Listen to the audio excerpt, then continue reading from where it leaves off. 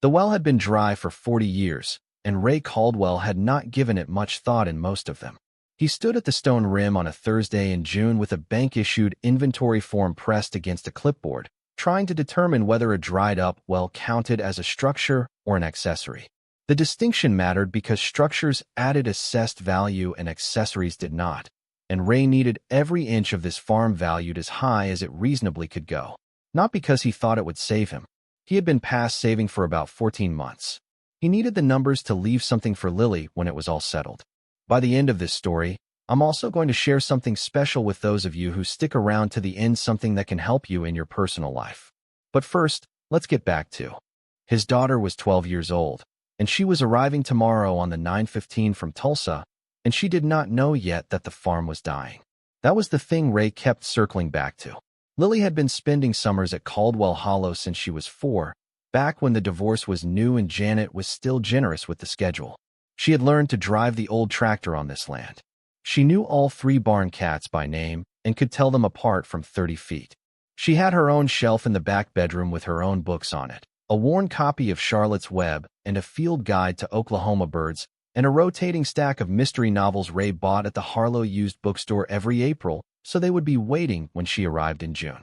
He had not told her about the foreclosure because he had not found a version of the conversation that landed right. Every version he rehearsed left her with an expression he did not want to see on her face. He wrote a small "in" next to the well entry on the bank form. Non-structure. Then he looked at what he had written and scratched it out and wrote Q instead. Query. Something to revisit. His grandfather Earl had dug that well in 1951, the year after Earl finished the house. Hand dug, both of them, with help from 2 neighbors who were both dead now. One of those neighbors had been a man named Vern Pruitt, who had lived on the section that bordered the Caldwell farm to the east and had been, by all accounts Ray had ever heard, one of the people Earl trusted most in the world. Ray's father Gerald had mentioned Vern once or twice over the years, always in the past tense, always without elaborating. The friendship had ended sometime in the early 1960s and Gerald had declined to explain it, and Ray had respected that the way he respected most of his father's silences. It had not seemed important. He clicked his pen closed and started back toward the house. He had a photograph on the bedroom shelf of Earl standing at the finished well the same year he dug it, 1951, boot on the rim stone, one arm raised not in celebration exactly, but in the particular way men held themselves in old photographs when they had made something and knew it. Earl was 34 in that photograph. He looked older, the way men who worked outside did in those years, the skin weathered, and the eyes steady, and the posture of someone who had learned that the world did not give you anything without requiring something back. Ray was 54 now and had studied that photograph enough times to know that he did not look like Earl. He was quieter than Earl in most of the ways that mattered. But there were mornings on this farm when he understood exactly the feeling that photograph was capturing, the specific satisfaction of standing next to something you had built that was still standing. He walked back to the house with the form on the clipboard and the small Q written next to the well. The morning walk across the farm took 3 hours. Ray did it methodically, starting at the main house and working outward in rough concentric circles, cataloging what Kenneth Broyles from First Harlow National would find when he arrived Monday morning at 9 o'clock. He knew what Broyles would find because he had been living in it for 30 years, but the bank required itemization and Ray intended to give them accurate itemization because he was not a man who inflated things. The main house, 1,960 square feet, built 1953, aluminum roof replaced in 2014. The foundation had stress cracks in the northeast corner that he had been planning to address for 3 years. He noted it honestly. The equipment barn at 4,200 square feet had a floor drain and 3-phase electrical and housed the 2017 John Deere that still carried $62,000 in payments, which meant the bank effectively already owned it, and the barn was just where they were storing their own equipment. He noted the John Deere separately on a line that pained him to write. The 2 grain bins sat side by side behind the barn, each one holding 25,000 bushels when they were in working shape. One of them had a seam leak he had patched with roofing tar 3 times in 5 years. He noted the leak. He noted the patch. He noted that the patch was temporary. He walked the fence lines, documented the 4 sections of south pasture fence that needed replacing. He checked the irrigation heads that had become irrelevant 3 seasons ago when the creek dropped low enough that pumping costs outpaced any reasonable crop value. He stood at the stock pond and looked at the water line, which was lower than it had been in any of the 30 years he had been watching it, and wrote 50% capacity in the notes column. Every acre of the 220 had a memory attached to it. He did not write the memories down. He wrote the accessible facts. His father had been the one to teach him this. Earl Caldwell had farmed this same land from 1968 until his retirement in 1994, when Ray had taken over the operation at 24, younger than he should have been, full of conviction that things were going to go better than they had. And for a long time they had gone better. The mid-90s were decent years. The early 2000s were better. Ray had borrowed against the equity in 2019 when grain prices were strong and the equipment was aging, and every projection he could find suggested the growth would hold. He had been wrong about the projections and right about the equipment aging and wrong about the growth holding, and here he was. He did not blame himself for the drought. 3 consecutive years without adequate rainfall was not a failure of character or planning. The hailstorm that had come through in July of the 3rd drought year and destroyed 40 acres of winter wheat in 40 minutes was not a moral failing. He had seen 3 other farmers in Harlow County lose land in the same window to the same combination of weather and debt. He was not unique in what had happened to him. He did blame himself for the loan terms he had accepted in 2019. That one was on him. Dennis called at 11:30, while Ray was eating a sandwich standing at the kitchen counter, a habit Janet had always objected to and that he had returned to immediately after the divorce. His brother's voice on the phone always carried a particular quality Ray had spent years trying to name. It was not cruelty. Dennis did not aim to wound. He had left the farm at 19 and built a life in Tulsa and spent the intervening 35 years accumulating evidence that leaving had been the right decision, and that evidence had layered into his voice like sediment. Calm, certain, the authority of a man who has never needed to revisit a choice.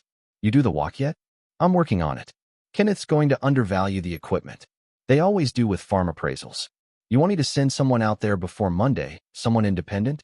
I've got it handled, because I know a guy who specializes in agricultural machinery. He's good.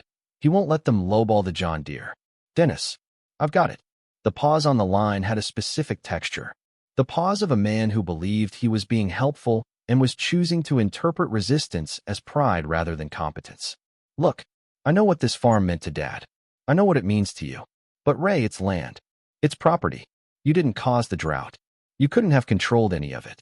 Sometimes the numbers just don't work out, and you take what you can from the settlement, and you build something new. Ray was looking out the kitchen window at the equipment barn. The big doors were open, and the John Deere was visible inside, green and clean, and owed to the bank along with most of what surrounded it. He said, I know that. There's a parcel over in Muskogee County. 20 acres, good soil. Asking price is reasonable. Janet's sister lives over there, which would mean Lily could see more of her cousins, not just summers. You could start something small. Scale that actually makes sense for one person. I'm not moving to Muskogee County. I'm just saying there's a life after this. That's all I'm saying. There's something on the other side of it. Ray said goodbye and hung up and finished the sandwich. Dennis was not wrong about the math, or about the drought, or about the possibility of a different life in a different county. What Dennis was wrong about was harder to articulate. The farm was not sentiment. It was not nostalgia or attachment or the inability to accept loss. Earl Caldwell had come back from the Pacific in 1945, changed in ways his wife Margaret had only spoken about obliquely in her later years, and he had bought 220 acres of worked-out Dust Bowl land at government surplus rates and spent 5 years rebuilding the soil before he grew a single cash crop. He had hand-dug 2 wells. He had built a house that was still standing. He had built something that lasted. Gerald had added to it. Ray had tried to maintain it. And yes, it was going now. He had accepted that. But there was a difference between accepting a loss and treating it as nothing. He put the plate in the dish rack and went back to the inventory form. By 2 in the afternoon, he had covered everything except the back 40, which was always last because the back 40 asked the least of him. Hay meadow, a stand of scrub oak older than the farm itself, the south pasture fence that needed 4 sections replaced. And at the far eastern edge, where the old cottonwoods had grown thick along the fence line, the dry well. He walked out there in the full heat of the afternoon, the hay meadow pressing warm against his boots, the air so still that he could hear the highway 2 miles off. Oklahoma in June was a specific kind of silence, full of insects and wind and the occasional red-tailed hawk working a thermal overhead. He had grown up in this silence, and he was comfortable in it in a way he was not comfortable in most other places. He documented the fence sections on the inventory form as he walked. The posts were cedar, original to the 1950s in some places, the wood still sound where it had stayed dry. Replacing the bad sections would cost around $400 in materials, a morning's work if he had someone to help. He wrote the estimate on the form in the fair market replacement column. He was thorough because he intended to be thorough, because Kenneth Broyles deserved an honest accounting of what he was receiving even if what Broyles received it for was taking it away. The back 40 had been hay ground for as long as Ray could remember. Gerald had tried wheat on it once in the 1980s, but the soil was lighter there and the yield had not justified the input costs. So hay it became, cut twice a year in good years, once in dry ones. Ray had cut it 3 weeks ago with the last mechanical pass he figured he would make before the bank changed the locks. The cut hay lay in straight lines across the meadow, already bleaching in the heat. He had not baled it. There was no reason to bale hay you would not be storing. The well sat near the fence line, stone-rimmed, covered with a loose wooden cap he had put over it years ago more as a gesture than a genuine safety measure. He lifted the cap and looked down into the shaft, 30 feet or so. He knew the depth from the farm records, but he had never had reason to measure it himself.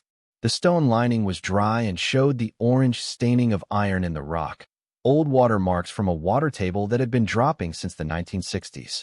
There was accumulated debris in the upper visible section, leaves, one bleached plastic jug that had probably blown in during a windy spring, a coil of old rope still attached to the rim. He looked at the rope. It was tied around one of the rim stones with a half hitch that had tightened with age until the knot sat nearly flush with the stone surface. The rope had been there long enough that the color had faded out of it completely, leaving a gray that matched the stone. He had walked past this well hundreds of times and looked at it and registered the rope and moved on, because there was always something more pressing that needed his attention, and a dry well with an old rope was not pressing. He pulled on the free end. There was resistance. Not the dead weight of something rotted and snagged against the shaft wall, but object resistance, the clear, unmistakable pull of something solid and intentional hanging at the other end. He pulled again, slowly. The resistance held, then gave slightly as whatever was attached shifted position at the bottom. He planted one boot against the rim stone and pulled hand over hand. The friction increased as the object rose through the shaft. He felt it knock against the stone walls. Once, twice, the scrape of metal on stone. Then the top of it came up into the afternoon light. He stopped. It was a steel crate, military surplus by the look of it. The kind used for ammunition transport or rations in the field. Roughly the size of a large cooler, maybe 18 inches long and a foot deep. Sheet metal construction with riveted corners, a handle welded at each end. On the front, a hasp with a padlock through it. The padlock was rusted into a single solid mass of corrosion, the shackle indistinguishable from the body. The crate itself had held. Decades of humidity and darkness and mineral water had worked on the exterior, leaving it uniformly orange-brown with surface rust, but the structure beneath was sound. Ray set it on the rim and looked at it. He was not a man given to mystical thinking. He had farmed in this county long enough to have had the romanticism sorted out of him by weather and markets and the slow grind of keeping a business alive when everyone said it wasn't viable. What he believed in was what he could hold and measure and account for. The crate in front of him was something he could hold. He picked it up by both handles. It was heavy in a way that was not just the weight of the metal. His father had told him to leave the South well alone. Not as a formal instruction, more as one of those peripheral statements Gerald made about certain corners of the farm, accompanied by a vague wave of the hand that communicated the subject was not open. Ray had respected it the way he respected his father's other silences. Gerald had never explained the end of the friendship with Vern Pruitt. Gerald had never explained the South well. They were in the same category of things Ray had learned not to ask about. He put the crate in the truck bed, threw a tarp over it, and drove back to the house. He stood in the equipment barn that evening with a bolt cutter in his hand and looked at the tarp-covered shape in the truck bed for a long time. He could not have explained what was holding him back. He was not superstitious. He knew that the hesitation was irrational, that whatever was in the crate was objects, records, materials, things, and that keeping it covered under a tarp overnight would not change them. But he had been a farmer his whole life, and farming taught you that the moment before a decision and the moment after were fundamentally different in ways that could not be undone. You did not open the valve on the irrigation system and then reconsider. You did not fire the field after you lit it. Some things, once started, ran their own course, and you could only manage what they became rather than choose whether they happened. He stood in the barn with the bolt cutter and thought about that, and then thought that he was being ridiculous, and then thought that maybe he wasn't quite, and then covered the crate and came inside. He heated a can of soup for dinner and did not taste it, and went to bed and did not sleep well. Lily's bus came in at 9:15, pulling into the Harlow station in the morning heat with the mechanical exhalation of a vehicle that had been running since Tulsa. She stepped down with her backpack over one shoulder and the slightly guarded expression she had developed somewhere around her 11th birthday that Ray had come to understand as her baseline in public. She was saving the warmth for when they were alone. She was 12, and she had already learned to ration herself in crowds. She dropped the backpack and hugged him in the parking lot, and he held on a moment longer than she expected. She pulled back and looked at him with Gerald's eyes, that particular alert assessment that both of them had inherited and expressed differently. "You okay?" "Fine. How was the ride?" "Long. Mom says to call her when I'm settled." He took her bag, and they walked to the truck. The tarp was visible in the bed, and she glanced at it with mild curiosity, but did not ask.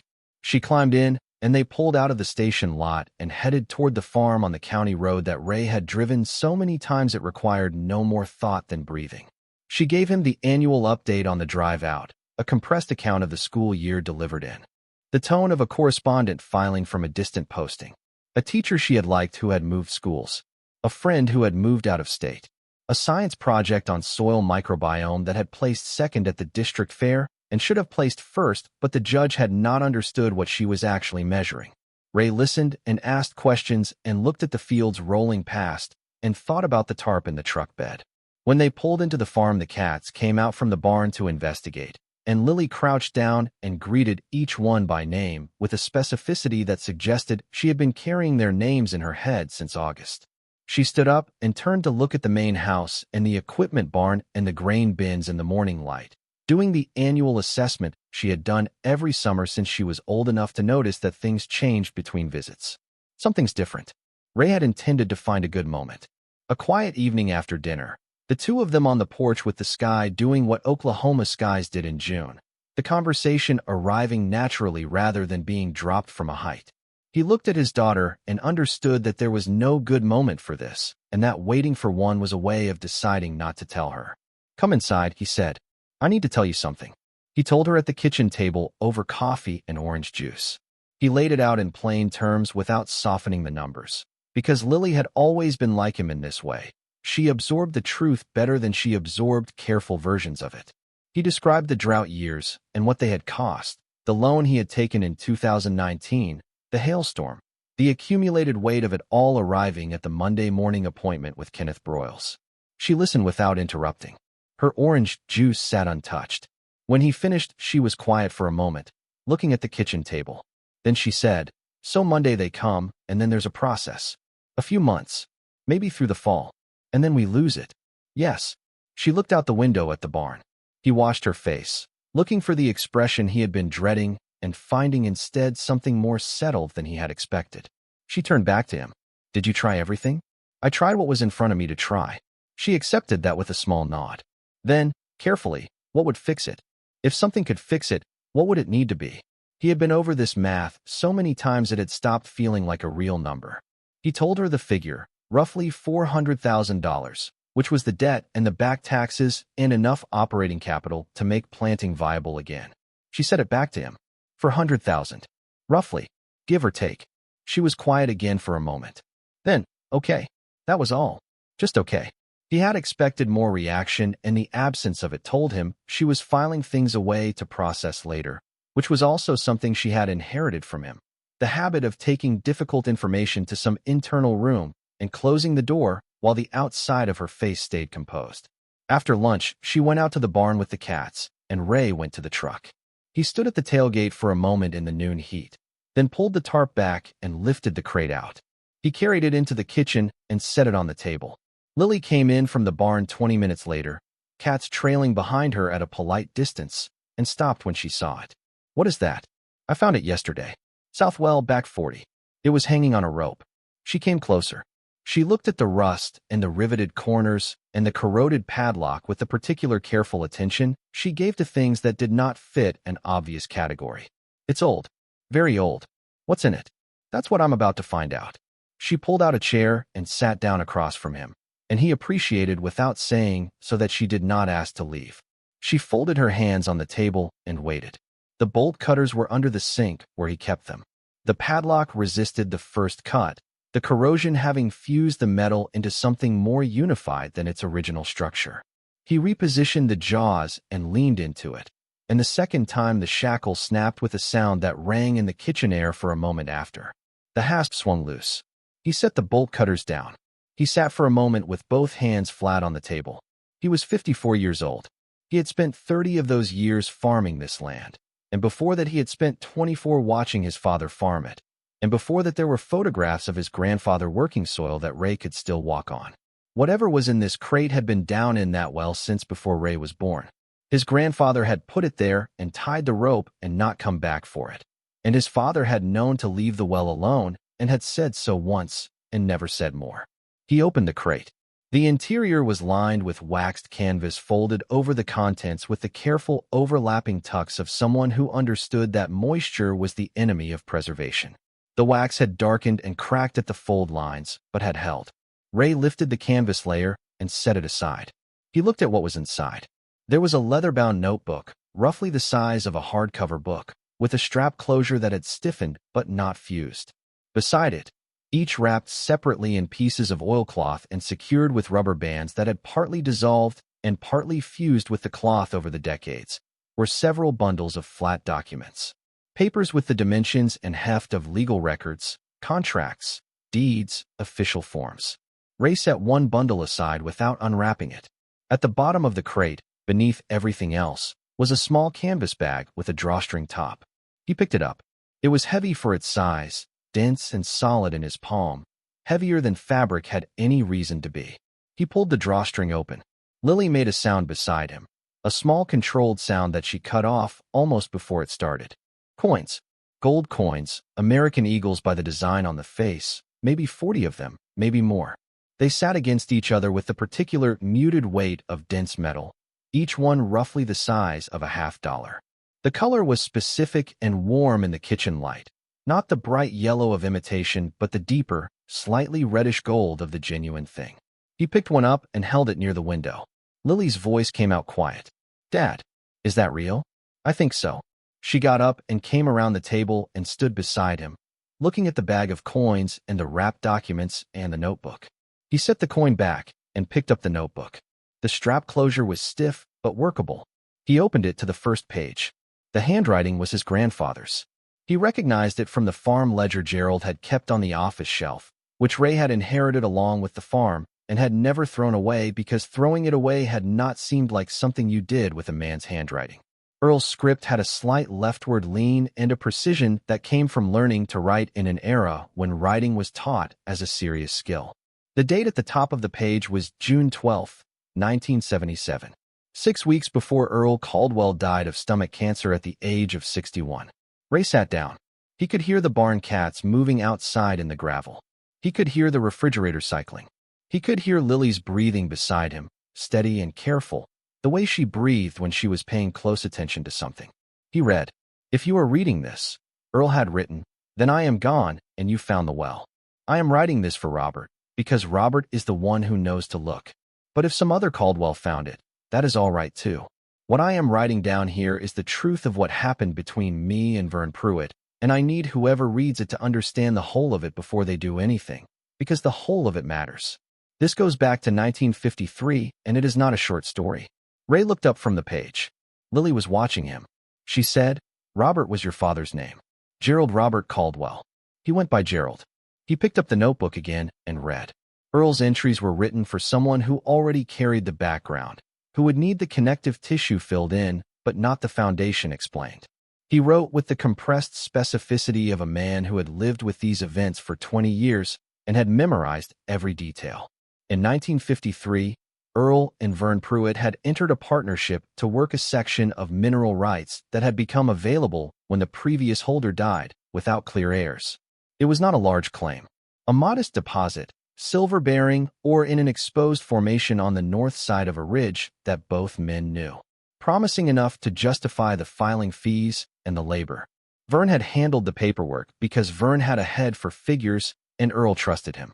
That trust had been built over years of neighboring, over shared equipment and seasonal help and the kind of friendship that forms between men who work the same kind of land in the same kind of weather. In 1954, Vern had filed a supplemental agreement with the county clerk that removed Earl's name from the mineral rights. Not forged exactly, Earl wrote, but manipulated in a way Earl had not understood until the damage was done.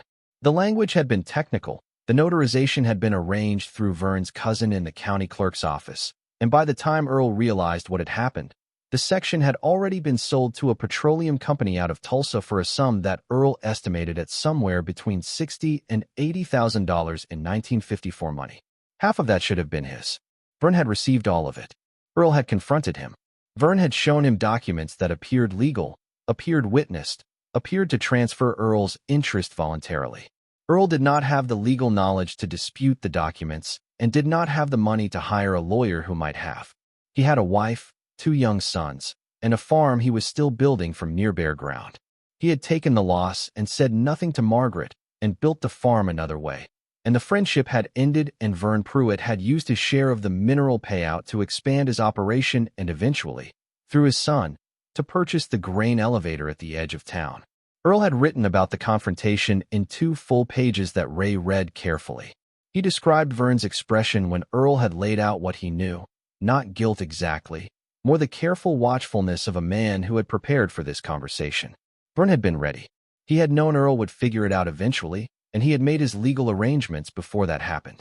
He had said, "Earl, you signed those papers," and Earl had said, "I don't remember signing those papers," and Vern had said, "Memory does strange things," and that had been more or less the end of it.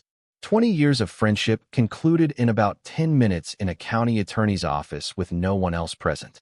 What Earl had not been able to explain, and what he admitted in the notebook he had tried for 20 years to understand, was why Vern had done it. They had both expected the claim to produce something. They had both put in labor and filing fees. The friendship was real, or Earl had believed it was real. He wrote, "I keep coming back to whether Vern was always capable of this, and I just never put him in a position to show it, or whether something changed in him when the money got real. I don't know the answer to that. Maybe it doesn't matter. The thing that happened is the same thing either way." Ray stopped reading at that paragraph and sat with it for a moment. Ray stopped reading for a moment. He looked out the window. The elevator was visible from the south end of the farm on a clear day, and he had always been able to see it from the kitchen window on mornings when the air was clean. The Pruitt storage and grain sign. He had read that sign 10,000 times without attaching anything to it except the practical question of whether their rates were better than the co-op in Stillwater. He kept reading. In 1976, going through county records for reasons Earl did not fully explain, Earl had found the originals. The documents from the 1953 Mineral Rights Agreement before Vern's alterations. The originals clearly showed Earl's interest, clearly showed the terms both men had agreed to, clearly showed what the subsequent supplemental filing had overwritten. Earl had contacted a young lawyer in Tulsa who had reviewed them and confirmed that if the originals were authentic and could be verified independently, there was a civil case. Not criminal. The statute had run out on fraud by then. But civil, a claim for unjust enrichment that could potentially reach the assets that had derived from what was stolen. Then the diagnosis had come. Stomach cancer, moving fast. The doctor gave him 3 to 5 months, and it had been 4. Earl had written, "I do not have time to fight this myself, and I do not have money to front a long legal fight, and I am not sure what this means for whether Gerald can fight it. But the record is here. Everything that happened is documented. The original papers are in this crate. I had a man verify them. They are what I believe they are. The last entry was dated August 3rd, 1977, 12 days before Earl died. I am leaving the coins because I want Gerald to have something to start with if he decides to pursue this. They are from the good years, set aside one by one the way my father taught me. If Gerald decides the fight is not worth having, I understand that. Before we find out what happened next in the story, I want to take a brief moment to speak directly to anyone watching who might be going through their own sudden, overwhelming transition. If you are navigating a bitter divorce, the loss of a spouse, or a financial shock, you know the hardest part isn't just the money. It's not knowing what to do first. That is exactly why we created the Phoenix Blueprint. It is a practical, step-by-step guide for starting over. It doesn't have fluffy affirmations or vision boards. It is a tactical survival manual.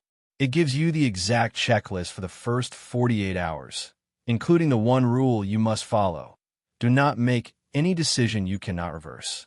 It includes the Found Money worksheet, showing you exactly how to check state databases because 1 in 7 Americans actually has unclaimed money waiting for them right now. It even gives you word-for-word boundary scripts to use when family members pressure you for money or try to make decisions for you. You can get the entire guide right now for just $17. If you're watching on your TV, just pull out your phone, open your camera, and scan the QR code on the screen right now.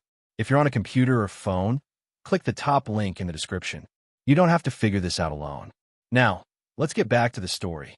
The law is expensive and the Pruitts have roots in this county that go deep. But if he decides to try, he should know that what Vern took from me was not just the money. He took the knowledge that my best friend was a man who would do that to me.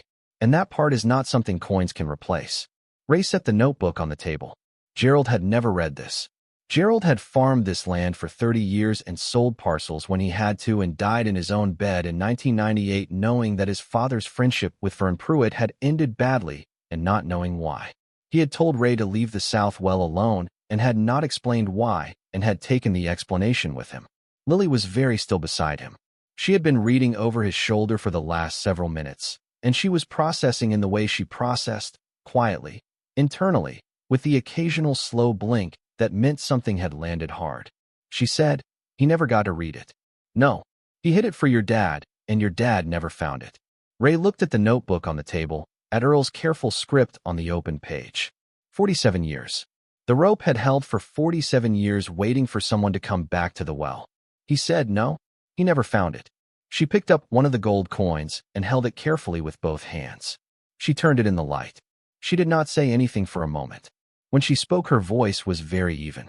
"We need to find out how much this is worth. All of it, the coins and the documents. And we need to do it before Monday. I know.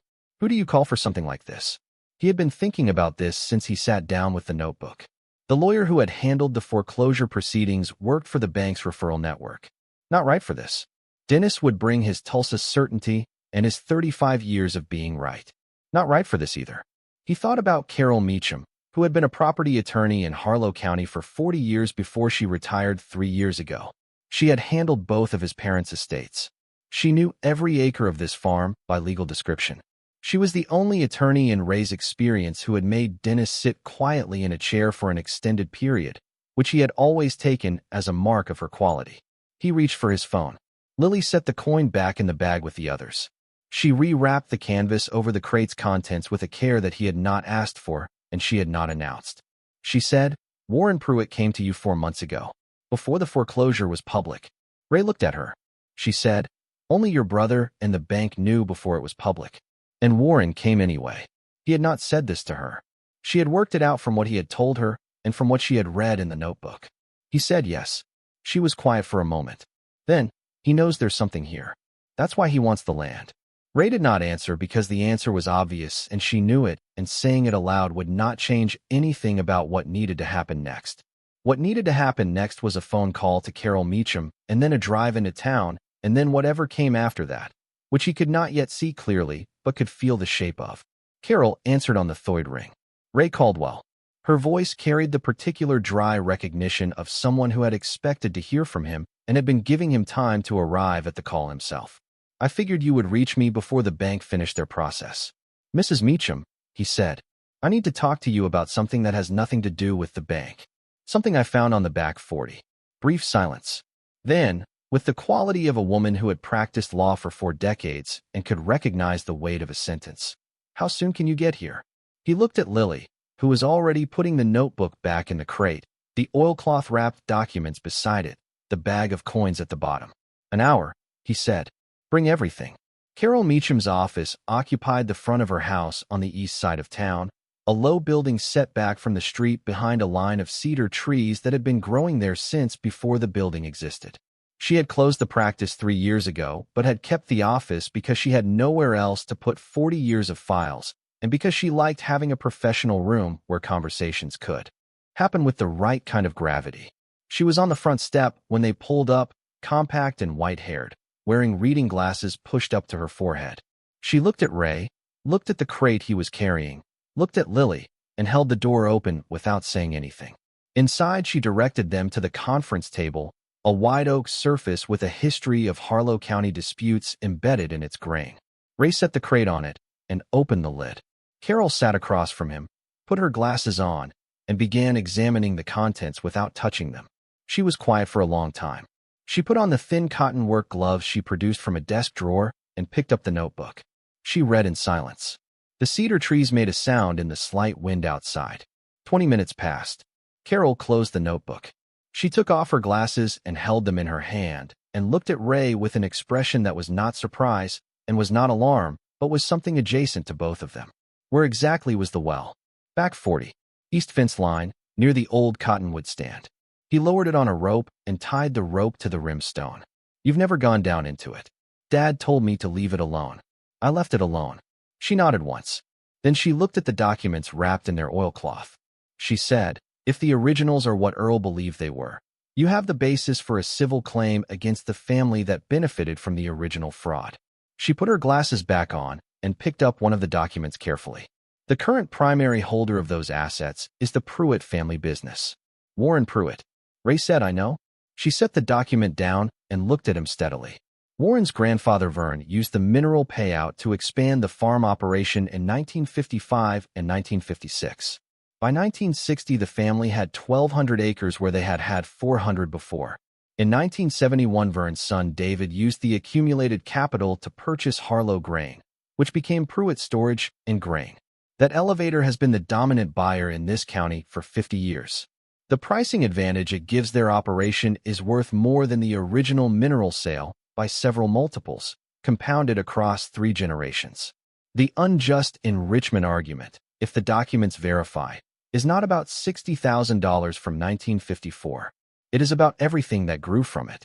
Ray said nothing. He was doing arithmetic in his head that he was not ready to finish yet. 3 years ago, a farm that had been in the Garrett family for 4 generations went to foreclosure under financial circumstances similar to yours. Warren bought it at auction at a price considerably below market. 2 months before that, the Hensley place. Same pattern. Both families had a friendly prior relationship with Warren before their financial difficulties became critical. "Like I did." She looked at him over her glasses. "He approached you before the foreclosure was in the public record." "Only my brother and the bank knew at the time." She said nothing more about that. She picked up one of the wrapped documents and examined the exterior of the oilcloth for a moment before setting it back. She said, "You need someone who handles complex civil property litigation.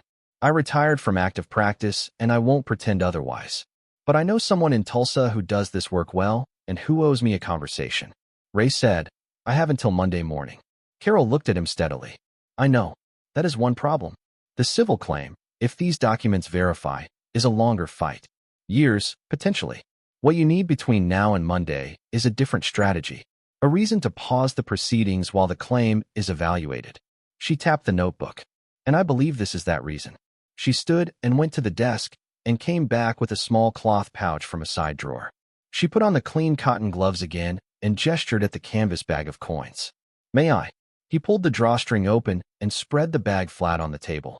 The coins lay against each other in the afternoon light, 48 of them, the color specific and warm. Carol examined several without picking them up. Then she straightened and looked at Lily, who had been sitting at the end of the table with her phone in her lap. "What do you have?" Lily turned her phone screen outward. "Gold Eagle current spot price, then the per coin weight multiplied out, then the numismatic premium for vintage condition coins in this denomination." She had found 3 separate dealer reference sites in the time it had taken Carol to read the notebook. Carol looked at the figure. Then she looked at Ray. He said, "It's not 400,000. No, Carol's voice held something careful in it. But Ray, it does not need to be 400,000 by itself. He looked at the coins laid out in their rows, 48 of them, each one approximately 1 troy ounce, each one worth the current spot price of gold plus whatever a dealer would pay for the vintage. He had been a farmer his whole adult life. He thought in terms of bushel prices and input costs and the margin between them. And the margin in front of him right now was narrower than he needed and larger than he had any right to expect 4 days ago, before he went back to check the rope. He waited. She said, a civil claim with documented original evidence of fraud, attached to a probate estate that is currently subject to foreclosure proceedings, creates a legal complication that any competent judge will want time to evaluate before allowing assets to be transferred. If I file a motion by Friday, we may be able to delay the Monday assessment until the claim can be reviewed. Lily said quietly, by time. Carol looked at her. Yes, by time. The coins give you immediate resources to retain counsel and cover the initial filing costs.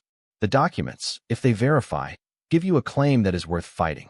The two together give you a reason to keep this farm in the family while the legal process works. She picked up her phone. Ray watched her dial. He looked at the crate on the table, at the notebook sitting open to Earl's final entry, at the coins in their rows on the cotton cloth, at 47 years of rope holding in a dry well. Lily put her hand on his arm for a moment. She did not say anything. She did not need to. Outside, the afternoon was hot and clear, and the cedar trees stood still in the windless air, and Carol Meacham was talking to someone in Tulsa whose voice Ray could not hear, but whose presence on the other end of the line felt like something worth holding on to. Earl had written the truth down and sealed it and lowered it into the ground and trusted the rope to hold for whoever came after. He had been right to trust it. Ray Caldwell sat at Carol Meacham's conference table on a Thursday afternoon in June with 4 days left before the bank came for his farm, and felt something he had not felt in 14 months settle into the room around him. Not certainty. He was too old and too practical for certainty. Something smaller and more durable than certainty.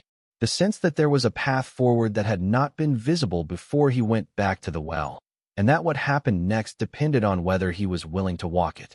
He was willing.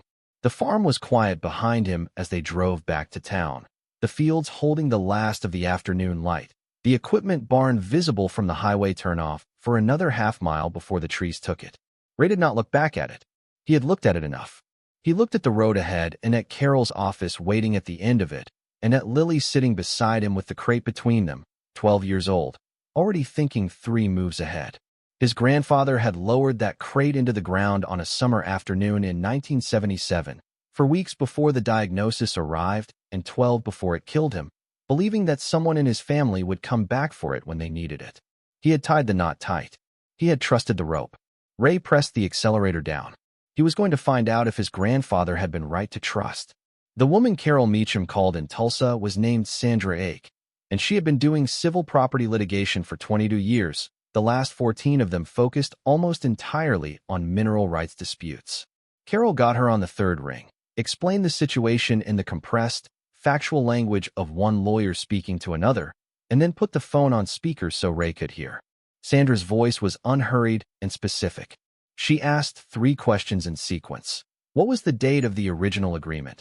What county recorded the supplemental filing, and whether the documents had been in continuous possession or had changed hands at any point. When Carol gave her the answers, Sandra was quiet for a moment.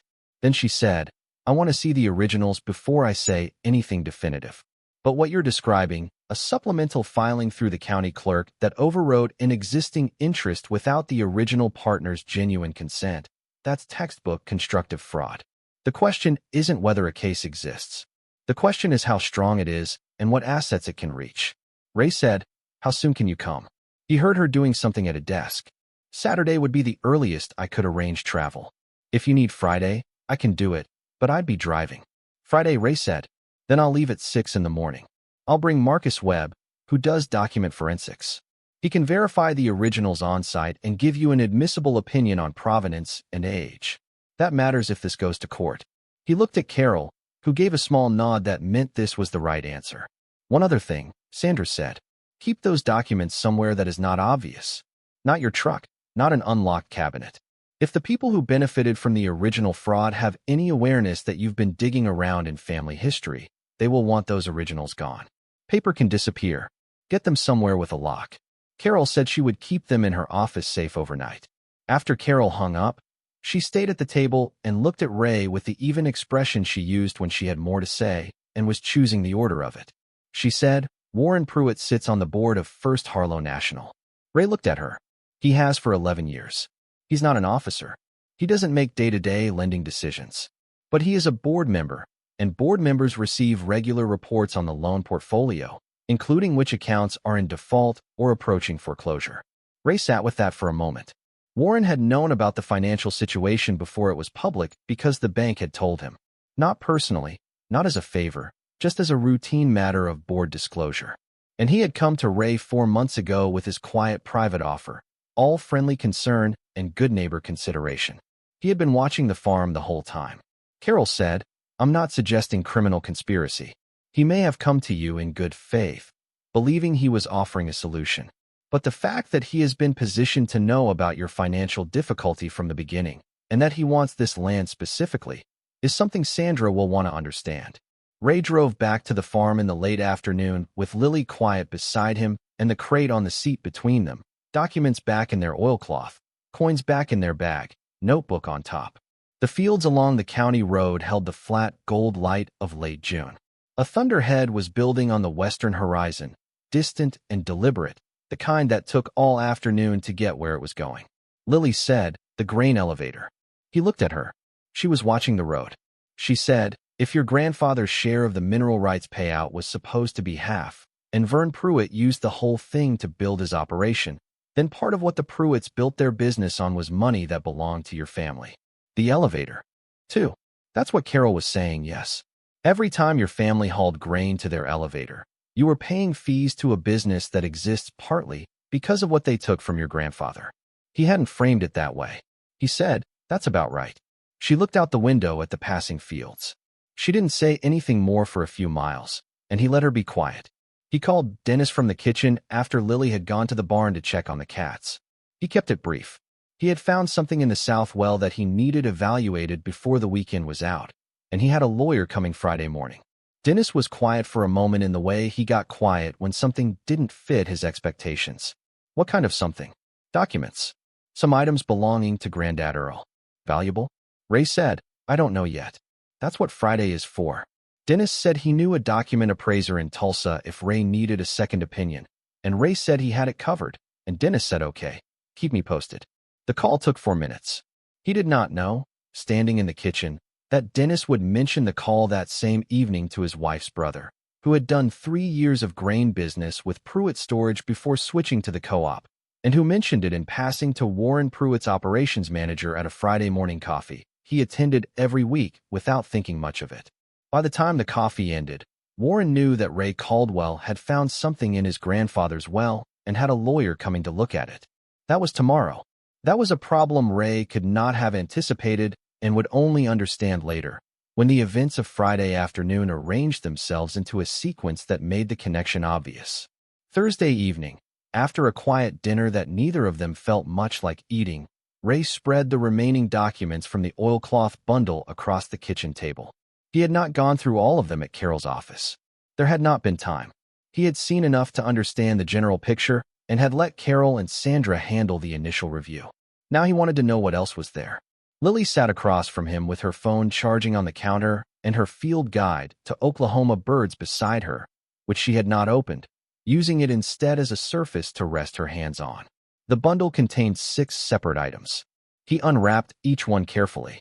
The first was the original 1953 Mineral Rights Agreement, for pages in the county's standard form from that era.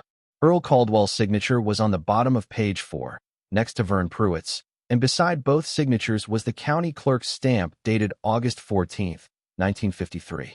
Earl's handwriting in the signature line was the same leftward-leaning script he used in the notebook. The agreement specified a 50-50 split on any mineral extraction from the described section, roughly 12 acres on the north face of a ridge about 6 miles outside of Harlow. Ray looked at the legal description until he could locate the section in his mental map of the county. He knew approximately where it was. He had driven past it 100 times. The second item was the 1954 supplemental filing, 2 pages, and the moment he placed it beside the original, he could see what Carol had seen. The supplemental used some of the same language as the original, the kind of careful copying that someone did when they wanted the second document to appear as a natural continuation of the first. Earl's signature appeared on the supplemental as well, but it did not look right. Not dramatically wrong, not the crude forgery of a crime novel, just slightly off. The left-leaning quality of Earl's script was there, but the pressure was different. The letters were fractionally more upright. It was the kind of thing that would not register on a single viewing, but that became unmistakable once you held the original beside it. Ray set the 2 pages side by side and called Lily over. She looked. She leaned in closer. Then she looked up at him and said, "That's not the same handwriting. It's close, but it's not the same. Look at the way he makes his A. In the real one, it's open at the top. In this one, it closes." She pointed with one finger. She was right. He had not noticed the A specifically. He noticed it now. The third item was a document from the Harlow County Assessor's Office, a mineral assay report dated November 1954 that described the 12-acre section's subsurface composition. Ray read it carefully. The assay reported the formation as mixed mineral with limited commercial viability, primary composition silicate, and secondary iron deposits, and noted possible oil-bearing strata at depth requiring further evaluation. The word possible was doing significant work in that sentence. He set it aside. The fourth item was what he had not expected. It was an envelope, sealed, in an outer sleeve of waxed canvas that had been folded and tucked with particular care. On the envelope's face, in Earl's handwriting, for Robert, James Boone's letter. "Keep this. James Boone." The lawyer Earl had hired in 1976. Ray opened it. The letter was 2 pages, typed on law firm letterhead, Boone and Associates, Tulsa, Oklahoma, dated March 18, 1976. The tone was the careful, precise language of a lawyer writing to a client who was not legally sophisticated, using plain words while still maintaining the precision that mattered if the document was ever used. Ray read it twice. Boone had reviewed the originals Earl provided and compared them to the copies of the supplemental filing he had obtained from county records. His conclusion was direct. The signature on the supplemental agreement did not match the signature on the original in ways that went beyond normal variation, and the notarization on the supplemental bore the mark of a county clerk's deputy who had resigned from the position in 1956 under circumstances Boone did not specify, but said he could verify if necessary. He wrote, "In my professional opinion, the supplemental agreement filed in November 1954 was not executed by Earl Caldwell with full understanding of its legal effect, and may not have been executed by him at all. A court would require forensic handwriting analysis to establish this definitively, but the visual comparison is consistent with what I am describing."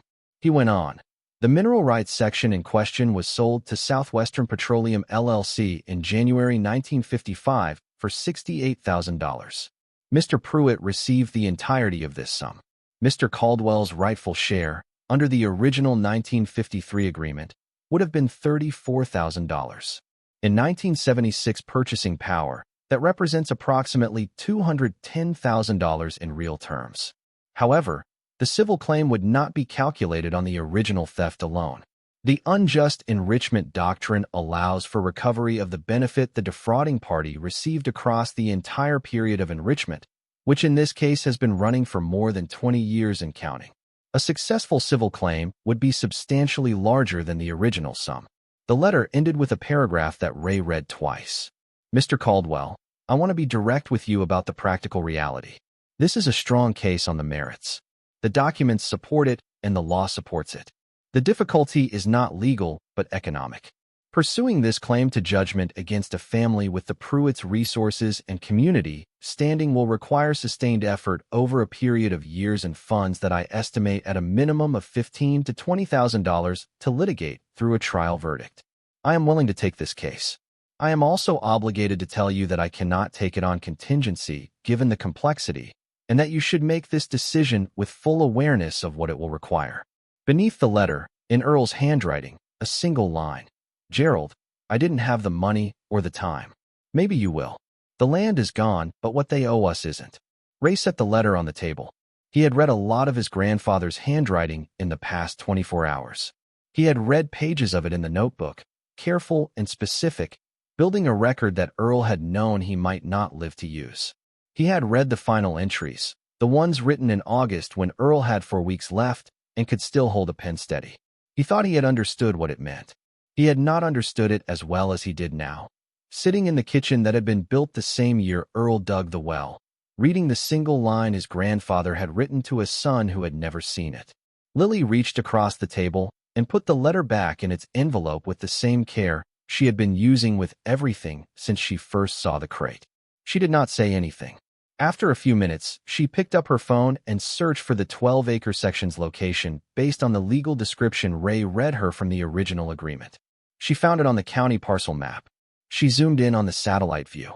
She showed him the screen. A metal structure was visible on the north face of the ridge, small on the satellite image but unmistakable in its industrial geometry. Storage tanks. A service road cut from the county road up to the site.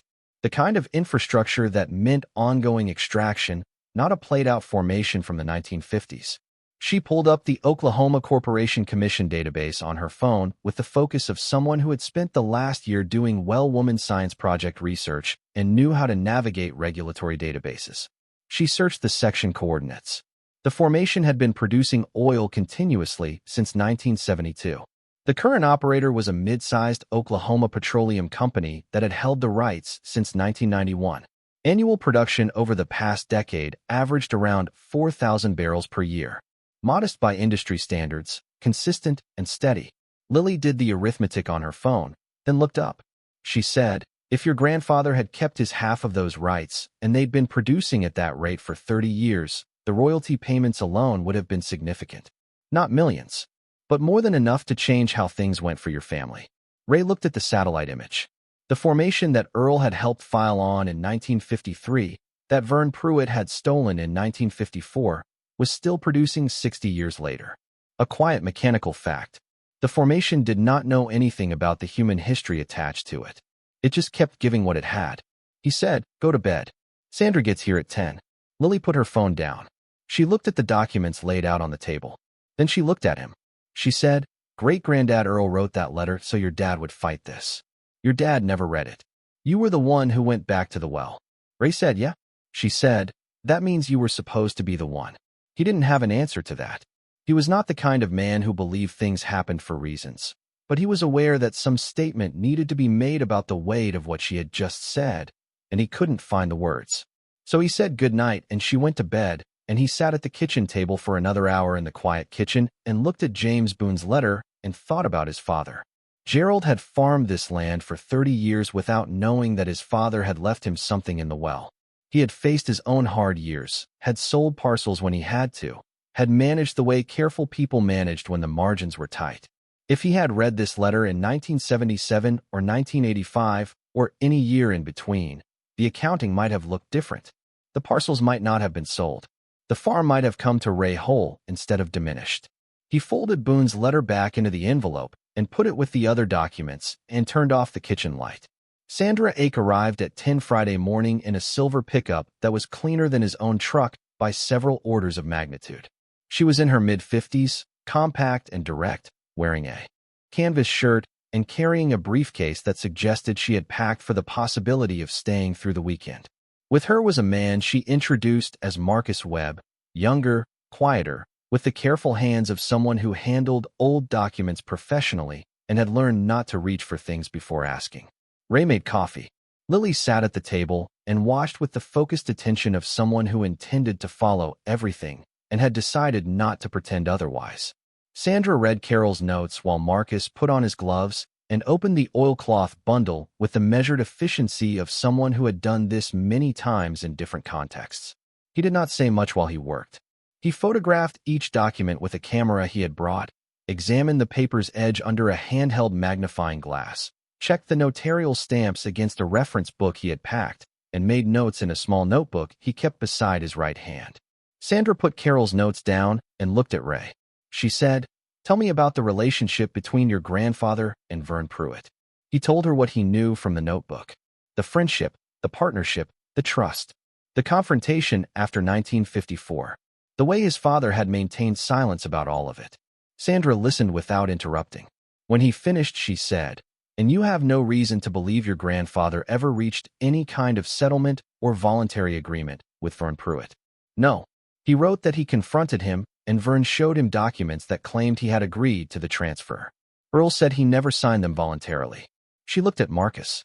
Marcus was holding the 1954 supplemental filing under a portable UV light he had assembled from his kit. He said, without looking up, the signature on this document is not a forgery in the traditional sense. The signer made a genuine effort to replicate Earl Caldwell's handwriting. But the pressure pattern is different. Earl Caldwell was right-hand dominant with a specific grip that creates a consistent pressure signature. The signer of this document applied pressure differently. The ink absorption pattern tells that story clearly. He set the supplemental down and looked at the original 1953 agreement under the UV light for a long moment. Then back at the supplemental. He said, the notarial stamp is also problematic. The ink in the stamp on the 1954 filing shows degradation consistent with documents 30 to 40 years old, not documents 60-plus years old. That's a separate issue from the paper composition. You cannot have a notarial stamp that ages at a different rate than the paper it's stamped on unless one of them was created later than its stated date. Ray said, meaning someone made the document and then added an aged-looking stamp. Marcus said, meaning someone created the entire document at a later point and took measures to make it look old. The measures were partially successful. The paper, the ink, and the stamp all point to the same conclusion through different analytical pathways. That's unusual. Usually a forger gets one element wrong. Getting all three wrong in overlapping ways suggests the person who created this had some knowledge of document examination, but not enough. He set it down. He said, also, the paper on this 1954 filing is not from 1954. Ray looked at him. Marcus held both documents under his light in sequence. He said, paper composition changed significantly in the mid-1960s when wood pulp processing methods shifted. The 1953 original has the fiber characteristics consistent with paper manufactured before 1958. The 1954 supplemental filing has characteristics consistent with paper manufactured after 1965. Someone created this document no earlier than a decade after its stated date. The room was quiet for a moment. Sandra said, backdated fraud. They didn't alter an existing document. They created a replacement document designed to look like a 1954 filing and submitted it to the county clerk. Ray said, can that be proven? Marcus said, to a legal standard? Yes, given adequate time and a proper laboratory analysis, which would take 2 to 3 weeks. What I can give you today is an expert opinion that the document is inconsistent with its stated date, which is sufficient for a preliminary legal filing. Full forensic analysis supports it with more specificity. Sandra opened her briefcase and pulled out a legal pad. She said, all right, let me tell you what you have. She was direct about it. She laid out the case in plain terms, starting with the strongest elements and working outward to the more complex ones. The original 1953 agreement gave Earl an unambiguous 50% interest in the mineral rights section. Earl's notebook, corroborated by James Boone's 1976 letter, established a consistent contemporaneous account of what happened. Marcus's preliminary findings on the supplemental filing supported fraud rather than legitimate transfer. The sale of the mineral rights section to Southwestern Petroleum in 1955 for $68,000 was a matter of public record. Earl's share was $34,000. That was the foundation. What sat on top of it was the unjust enrichment argument, and that was where the numbers changed. She said, unjust enrichment in a case like this doesn't just recover what was stolen at the time. It recovers the benefit the defendant received as a result of the theft across all the years since. The Pruitt family used Earl's stolen share to expand their farming operation in 1955 and 1956. Vern Pruitt went from 400 acres to 1,200 acres in 2 years, using capital he should not have had. His son David used the compounded result of that expansion to buy Harlow Grain in 1971. That elevator has been the dominant commercial grain facility in this county for 53 years. The pricing advantage it gives the Pruitt farming operation compounds again on top of that. She pulled 2 pages of notes from her briefcase that she had clearly started making on the drive from Tulsa before she had even seen the documents. She had been calculating what the case would look like since Carol called her. She said, The mineral rights section Earl originally claimed has been producing oil continuously since 1972. Earl's 50% interest, held continuously, would have generated royalty income that I estimate at somewhere between $800,000 and $1.2 million over the full production period at modest rates. That's not recoverable directly, because the formation was sold in 1955 and the rights passed through multiple owners since. What is recoverable is the compounding benefit the Pruitt family received from having that capital base when they shouldn't have. The farming expansion, the elevator purchase, 53 years of commercial advantage that derives from a theft. She wrote a number on her legal pad and turned it toward him. Ray looked at it. She said, "That's the upper range of what a civil claim could plausibly seek given what we know. The actual settlement or award, if we won, would be negotiated or determined by a court. I want to be clear that this is not what you would walk away with. Courts are not predictable and litigation is not cheap. But this is the number that should be on the table when we go to them." The number was not what Ray had expected. He had been thinking in terms of the coins and the farm debt, in terms of the $400,000 that would pay off what he owed and leave him with something to operate on. He had been calibrating his hope to that scale. The number Sandra had written was larger. Not absurdly large, not the kind of number that existed only in headlines. It was a real number for a real county in rural Oklahoma, the kind of number that reflected 53 years of compounding from a stolen base. It was the kind of number that did not just pay off a farm debt. It rewrote the accounting entirely. He looked up from the legal pad. Sandra was watching him with the measured expression of a lawyer who had learned not to let clients build too much weight on preliminary assessments. She said, "This is the number that justifies fighting. Whether you see it depends on what we can prove and whether Warren Pruitt decides to settle before we get to trial. People settle when the alternative costs more. We make the alternative cost more." Lily said, "How long does that take?" Sandra looked at her. She said, "If they settle quickly, months. If they don't, potentially years. Civil litigation is not fast." Lily nodded as if this was information to add to a list she was compiling. Then she said, "But the farm. Ray needs to not lose the farm while that happens." "That's what today is for," Sandra said. "Carol is filing a motion this afternoon to delay the foreclosure proceedings pending evaluation of the civil claim. The argument is that the farm's assets, including the mineral rights claim, are part of the estate and cannot be transferred to a third party before the claim is fully evaluated. A judge will likely grant a temporary stay." Lily looked at Ray. He looked back at her. He said, "And if the judge doesn't grant it?" Sandra said, "Then we appeal and keep fighting. But in my experience, judges grant stays in situations like this because the alternative is letting assets potentially be transferred before a legitimate claim can be assessed, and judges don't like being reversed on appeal for failing to grant a simple stay. The bar is low. We just have to ask." His phone rang while Sandra and Marcus were still at the table. The name on the screen was Warren Pruitt. Ray looked at it for a moment. Sandra glanced at the screen and gave a small nod that meant answer it. "I'm here." He answered. Warren's voice was warm in the way it always was, the particular warmth of a man who had learned that friendliness was an effective instrument and had practiced it until it felt natural. "Ray, I've been meaning to check in on you. How's the farm holding up before Monday?" "Fine. I heard you've been going through the back sections this week. Inventory for the bank." Ray did not say anything for a moment. He was aware of Sandra listening and of Lily watching him from across the table. He said, "Just getting things documented." "That's smart. You want everything accurate before Broyles comes out." Warren paused. "Listen, my offer's still on the table. I know you weren't interested when I came to you in February, but circumstances change. I'd rather see the farm stay in local hands than go to a bank auction, and I think you'd rather that too." "I appreciate that. You've been talking to lawyers?" Ray said, "I talk to lawyers when I need legal advice." Brief pause. Then Warren said, in a tone that had shifted by a fraction that was hard to name, "That's reasonable. I just want to make sure you're getting good advice, Ray. Some lawyers in Tulsa will take your money and tell you what you want to hear. Not everyone has your best interest in mind." Ray said, "I'll keep that in mind." He ended the call. Sandra was already writing on her legal pad. She said, "He knows something.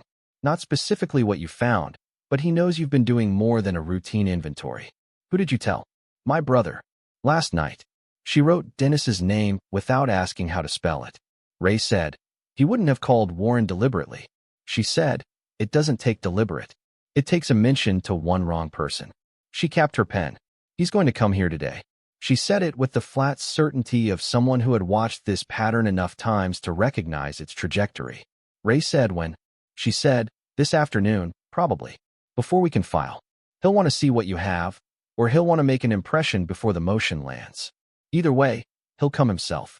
People like Warren Pruitt don't send lawyers to do the preliminary work. They come themselves because they believe their presence is the most effective argument. She was right about the timing. Warren Pruitt's black pickup pulled into the Caldwell Farms gravel drive at 3:17 in the afternoon, 2 hours after Sandra and Marcus had finished their initial assessment and were in Carol's office preparing the motion. Ray saw it from the equipment barn where he had been trying to be useful and failing at it. 2 other vehicles followed Warren's truck. A white pickup belonging to his operations manager, a man Ray knew by sight and had never liked, and a dark sedan Ray did not recognize. He walked out to the gravel drive and stood with his hands at his sides as Warren got out. Warren was 58, built like a man who had worked outdoors until he could afford not to, still solid but softening at the edges in the way of men who had transitioned from labor to management a decade ago. He wore a collared shirt with the Pruitt Storage and Grain logo on the chest pocket, which Ray had always noticed as a specific kind of statement, the logo that meant he was a businessman in his own county, not just a neighbor. He smiled when he saw Ray. He said, "Good afternoon. I was in the area." 2 other men had gotten out of the white pickup. Ray had not seen them before. They stood by the truck without moving forward, which was not quite a threat, but was not one either. Ray said, "What do you need, Warren?" Warren looked past him at the equipment barn, at the house, at the general property, taking an inventory of his own. Whatever he was looking for, he was doing it without trying to look like he was doing it, which told Ray something about how many times he had done this before. He said, "I just wanted to talk, face to face, before things get complicated. I have a lot of respect for your family, Ray. Your grandfather and my grandfather were close. Built this county together, more or less. Whatever happened between them later, the roots were good." Ray said, "They were close until your grandfather stole from mine." Something shifted in Warren's face. He had come here prepared for several versions of this conversation. This one had not been at the top of his list. He said, "I understand you may have found some old papers. Documents that tell one side of a story from 70 years ago.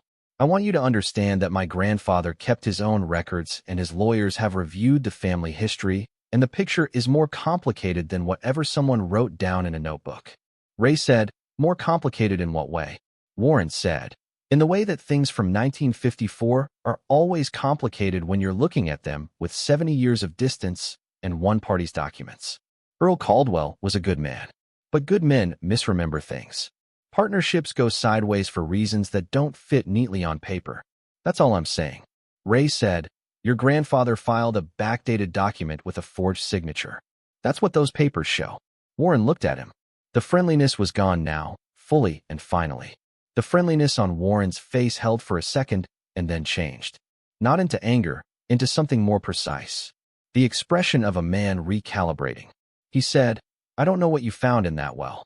I don't know what kind of story someone has been telling you about 1954, but I'm going to be direct with you because I think you deserve directness. Whatever documentation might be in that crate, whatever a Tulsa lawyer might tell you about what it means, pursuing this will cost you more than you have. You'll spend 3 years in litigation and come out with nothing and still lose the farm on the other end. My offer is fair and it's real and it's on the table right now." Ray said, "I'm not selling." Warren was quiet for a moment. He looked at the house. Then he said, "I'd like to see what you found." Ray said, "No?" Warren looked at him for a moment, then looked at his operations manager and gave a small nod. The operations manager walked toward the house. Ray said, "You need to stop." The man kept walking. Ray took out his phone. He said, loudly enough that the operations manager heard, "I'm calling 911 right now to report a trespassing incident. You're standing on my property without an invitation. That man is moving toward my house. I have a 12-year-old daughter inside." The operations manager stopped. Warren said, "We're not trespassing. This is a neighborly visit." Ray said, "You were not invited, and I'm asking you to leave. That constitutes trespass in this state, and you know it." He dialed. The call connected on the second ring, and he told the dispatcher his name and address, and that he had uninvited individuals on his property who were refusing to leave and that he was requesting a deputy immediately. He kept his voice level and specific, the way he had learned to be level when things were going wrong and panic was not a useful option. Warren watched him make the call without moving. His operations manager had walked back to the white pickup and was standing beside it. When Ray ended the call, Warren said, quietly, "You're going to regret making this difficult." Ray said, "Maybe. You should leave before the deputy gets here." Warren held eye contact for a moment longer than was comfortable. Then he got in his truck. The sedan and the white pickup followed him down the driveway and out onto the county road. Ray stood in the gravel drive and let out a long breath. Lily appeared at the front door. She said, "I heard. Are you okay?" He said, "Go call Sandra. Tell her what just happened and ask her to include it in the filing." She was on the phone before he finished the sentence. Deputy Nolan Hale arrived 14 minutes later in a Harlow County Sheriff's cruiser. He was in his 40s and had the particular quality of law enforcement in small counties, a professional neutrality that sat on top of a thorough awareness of who everyone was and what they were capable of. He took the report with a digital voice recorder and a form on a clipboard, writing down names and descriptions and the sequence of events in the precise order Ray gave them. When Ray mentioned Warren Pruitt by name, Hale did not react visibly. He wrote the name down. Ray told him about the operations manager moving toward the house. Hale wrote that down. He asked if physical contact had occurred. Ray said no. Hale wrote that down. When the form was complete, Hale said, "Do you want to file a formal trespass complaint?" Ray said yes. Hale said, "I want to be straight with you, Mr. Caldwell. A formal complaint is a public record. It will be visible to anyone who requests it, including Warren, including Mr. Pruitt." Yes. Ray thought about Sandra saying we make the alternative cost more. He said, "File it." Hale filed it. He gave Ray a copy of the incident report number and said that if Warren or any of his people returned to the property, Ray should call immediately. After Hale left, Ray texted the incident report number to Sandra. Her reply came in 2 minutes. "Perfect. This goes in the filing as Exhibit D. It establishes escalation and supports the argument that moving forward quickly is urgent." The motion was filed at 4:47 in the afternoon, 11 minutes before the close of business. Carol called Ray from her office while he was starting dinner, her voice carrying the brisk satisfaction of someone who had met a deadline she had not been sure she could make. She said, "Judge Patricia Owens received the filing. She has a reputation for careful review in property matters. I expect we'll hear something by tomorrow morning." Ray said, "What do you need from me tonight?" "Nothing. Eat dinner. Sleep if you can. The legal process has its own speed, and there's nothing you can do to accelerate it." He made dinner out of what was in the refrigerator, a passable stew from the vegetables that were close to turning, using the large pot that had been his mother's and that he had kept without quite knowing why. Lily sat on the counter and talked while he cooked, a comfortable back and forth that felt different from the strained cheer of previous summers, when he had been trying to perform normalcy for her benefit. He was not performing now. Things were genuinely uncertain, and they both knew it, and somehow that made the kitchen feel more honest. She said, "Do you think Warren will back off?" "Probably not for long. But for now. For now he has a police report with his name on it, and a motion filed in district court with his family's history attached. That changes the calculation." She was quiet for a moment, pulling a loose thread from the cuff of her sweatshirt. Then she said, "He came here today because he wanted to see what we have. That means he's scared of what we have." He had thought the same thing, but had not said it, not wanting to shape how she read the situation. She had gotten there herself. He said, "Yeah, that's about right." She said, "Good." They ate dinner at the kitchen table with the crate pushed to one side, and Boone's letter back in its envelope, and the coins still in their canvas bag. Ray found himself thinking about Warren's specific phrase, whatever someone wrote down in a notebook. He had come here already knowing about the notebook, or at least suspecting it. He had known there was documentation, known Earl had been a careful man, and he had come anyway. That took a particular kind of confidence, the confidence of someone who had spent 60 years watching money function as a rebuttal to every other argument. But the money only worked if the documents didn't. And the documents were real. Marcus had said so with the precision of a man who would be called on to testify to it. Lily said, "Great-Granddad Earl must have been a very patient man." Ray set down his spoon. He thought about patience. Earl had been diagnosed in the summer of 1977 and had spent the months between the diagnosis and his death writing down everything he knew, sealing it in a crate, and lowering it into the ground for a son who never found it. Not out of self-pity, not out of bitterness, or at least not only out of bitterness, out of a belief that the record mattered more than his own ability to act on it. That someone else in his family would eventually act, if only they knew what they were acting on. Ray said, he was stubborn. My dad used to say that about him. Said it like it was a flaw. Lily said, it isn't a flaw. He looked at her across the table. She was 12 years old, and she was eating stew, and she was right. He said, no, it isn't. The thunderhead that had been building to the west all day had dissipated without producing rain, which was something Ray had learned to stop being surprised by. You watched weather in Oklahoma long enough, and you understood that weather made its own decisions about where to spend its energy. He slept better that night than he had in months, which surprised him when he thought about it. The farm was still in danger. The court could still rule against the stay. Warren was not finished, and probably had resources Ray could not match. The authentication would take weeks, and litigation would take longer. None of the problems had been solved, but they had been named.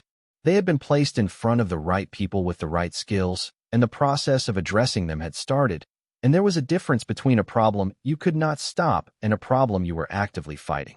He had spent 14 months in the first category. 12 hours in the second had changed the quality of the nights. Carol called at 8 the next morning. Ray answered before the second ring. She said, Judge Owens issued a temporary stay at 7:15 this morning. Kenneth Broyles's assessment is postponed indefinitely pending a hearing on the civil claim. She's requesting full documentation from both parties within 30 days. He stood in the kitchen and looked out the window at the equipment barn and the grain bins and the south pasture fence that needed 4 sections replaced. The morning light was already warm and flat across the yard. A barn. Cat was sitting in the equipment barn doorway, tail curled around its feet, watching nothing in particular. He said, the farm stays. For now, yes. Carol's voice carried the particular precision of a lawyer who would not allow hope to run ahead of evidence. For now, the farm stays. The hearing will determine next steps. We have 30 days to build the strongest possible version of the civil claim. Sandra will have Marcus's full written report within 2 weeks. We'll have time. After he hung up, he stood at the kitchen window for a moment before waking Lily. He was thinking about time. He had spent the past 14 months believing he was running out of it, that Monday was the end point, and everything before Monday was just the process of arriving there. The stay gave him 30 days, which was not a victory and was not safety, but was time, and time was a different thing entirely from the foreclosure calendar he had been living on. Lily appeared in the doorway, hair still messed from sleep, reading his expression. She said, good news? He said, Judge granted the stay. No Kenneth Broyles Monday. She crossed the kitchen and hugged him, and he held on and felt the weight of the previous 14 months in the contrast with this moment. The way relief was always proportional to how long you had been carrying the thing it was relieving you of. When she stepped back, she said, now what? He said, now Sandra and Marcus spend the next 2 weeks doing the full document analysis. We get everything authenticated properly, so there is no question about the originals. Then we file the full civil claim. And Warren hires lawyers, and we fight. She picked up her phone from the counter where it had been charging overnight. She typed something, waited, then looked up. She said, the Pruitt grain elevator is the only commercial grain facility within 22 miles of here. If farmers in this county decide not to use it, they have to drive to Stillwater. He looked at her. She said, I'm just saying that the community might have opinions about this when it becomes public. If Warren has been watching financially struggling farms and buying them at auction and the original capital that built his family's operation was stolen, people here will want to know that. She was 12 years old, and she was 3 moves ahead, and she had been sitting in his kitchen for 36 hours. He said, don't get ahead of the legal process. She said, I'm not. I'm just pointing out that Warren's strength in this county is his reputation and his community standing. The same community standing his family built using your family's money. She was not wrong. He had been thinking about this too, in a quieter way. Warren Pruitt had sat on the first Harlow National Bank board for 11 years. He had bought 2 distressed farms in the county in the last 3 years. He had approached Ray with a quiet, private offer before the foreclosure was public. None of these things were crimes, but arranged in sequence, placed in the context of what Earl's documents revealed. They described something that people in Harlow County would have opinions about once they understood it. The community standing Warren had built, the grain elevator relationships and the bank connections and the neighbor of the county identity. All of it sat on a foundation that Earl Caldwell had helped build from the ground up, unwillingly and without credit for 7 decades. Ray poured 2 glasses of orange juice and set one in front of Lily. He said, one thing at a time. She accepted this. She drank her juice. Outside, the Saturday morning was heating up toward another June day of the same flat, relentless kind. The barn cats were already on their shaded wall. The equipment barn's big doors were open and the John Deere stood inside it, still green, still owed to the bank, still not Kenneth Broyles's equipment to assess. Ray looked at the farm through the kitchen window. The south, well, was not visible from here, the back 40 too distant, and the intervening fields too full of summer growth to see that far. But he knew it was there. He had walked to it 100 times without understanding what it held. He had written a small Q on a bank form and gone back to check a rope, because something had nagged at him, because he was the kind of man who went back to check things that nagged at him. And that one decision had changed the geometry of everything. His grandfather had dug that well with his own hands in the same summer. He had put his name on a mineral rights agreement with the man he trusted most in the county. One of those things had turned out to last. One had been taken from him. Earl had not been able to fight it. Gerald had not known there was a fight to start. Ray had come within 1 day of losing everything before he went back to the well and found what had been waiting there for 47 years. The hearing was 30 days away. Sandra was driving back to Tulsa to begin the full authentication. Marcus had taken photographs of every document and would produce a written forensic report within 2 weeks. Carol was drafting the civil complaint with the calm efficiency of a lawyer who had been waiting 40 years for a case exactly like this one to walk into her conference room. The farm was still standing, which was more than it had been on Thursday morning, and for now that was enough to work with. Ray Caldwell stood at his kitchen window on a Saturday morning in June and allowed himself, briefly and carefully, to believe that the rope his grandfather had tied might hold for one more season. The 30 days between the stay and the hearing moved the way long summers move in Oklahoma, which is to say unevenly, some hours going slowly and others disappearing before you could account for them. Ray farmed. He cut the hay on the back 40 that he had left standing, baled it, stacked it in the barn. He replaced 3 of the 4 fence sections in the south pasture that needed replacing. Doing the work himself because that was cheaper and because physical work was still the most reliable way he knew to keep the thinking from turning circular. Lily helped with the fence on Saturday mornings, learning to dig post holes with the manual auger and to tamp soil in the way that made posts solid. She was not strong enough to do the heavier portions, but she was precise and patient and followed instructions without resistance, which were the qualities that mattered more. They worked in the morning heat and came inside at noon and ate lunch and talked about things that had nothing to do with Warren Pruitt or civil litigation or the hearing date that both of them were tracking on the kitchen calendar. Dennis called on the Tuesday after the stay. His voice had a quality Ray had not heard in it before, something that was not quite apology, but was adjacent to it, the sound of a man who had been given information that complicated his certainties. He said, "I mentioned it to Carl Adelman. Carl's wife works at the grain co-op in Stillwater, and she used to do business with Pruitt's operations manager. I didn't think it would travel." Ray said, "I know you didn't. I'm sorry it did." There was a pause on the line that was more honest than most of the pauses that had preceded it across their shared history. Ray said, "It's done. It made things more complicated for about 1 day, and then we dealt with it." Dennis said, "You actually have a case. A real one." Sandra thinks so. Another pause. Then Dennis said, "I looked up unjust enrichment case law. From what I can find, the outcomes in Oklahoma on agricultural fraud cases from the mid-century period are favorable when the documentation is solid." Ray said, "That's Sandra's read too. There's a case from 1989 out of Tulsa County, Breckenridge versus Hartley. The court ruled that compounding benefits over 30 years were fully recoverable. It's similar to yours in some ways." Ray said, "Dennis, you don't need to do this."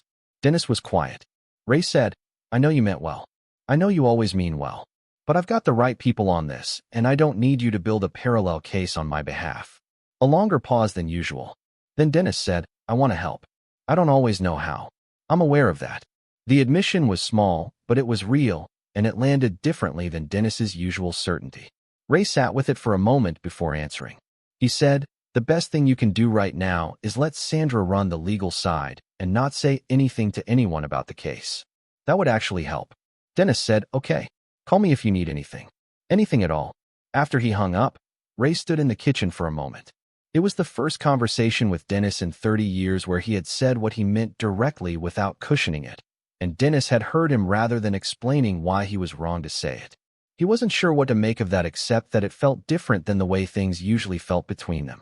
Marcus Webb delivered his full forensic report 14 days after the stay was issued. It ran to 23 pages with appendices, the kind of document that Sandra had described as an expert witness package, meaning it was written not just to inform, but to stand up to cross-examination from lawyers who would be paid specifically to find holes in it. Ray read it the evening it arrived, sitting at the kitchen table with Lily beside him following along. The report addressed 6 separate analytical categories: paper composition dating, ink analysis, pressure signature comparison, notarial stamp authentication, chain of custody documentation, and contextual analysis of the document's legal language against period-typical county filing formats.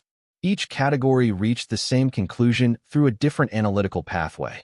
The supplemental filing was not created in 1954. It was created between 1965 and 1972. It was not signed by Earl Caldwell. It was submitted to Harlow County Records by someone who had access to the county clerk's office.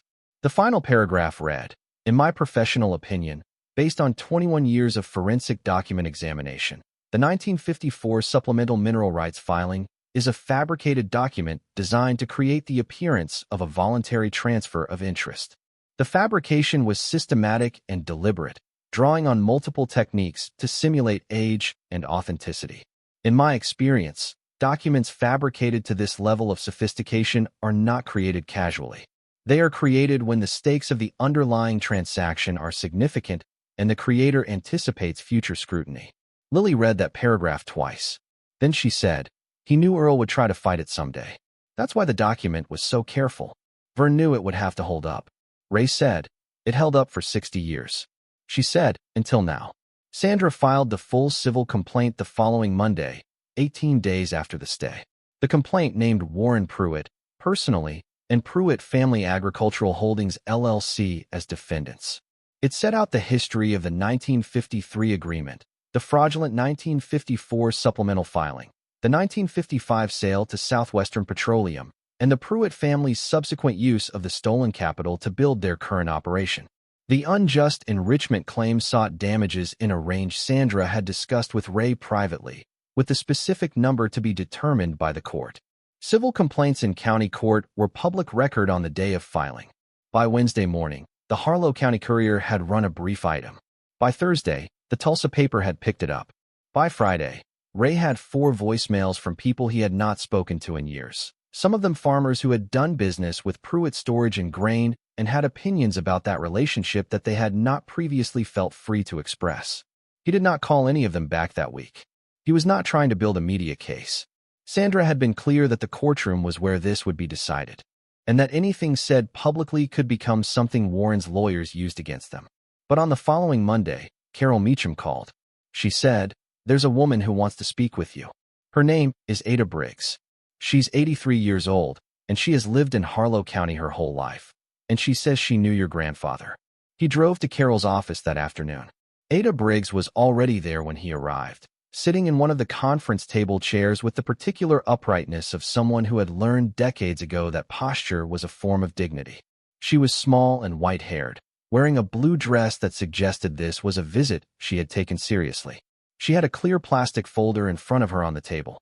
Carol introduced them, and then made a quiet point of staying in the room, which Ray understood as courtesy in both directions.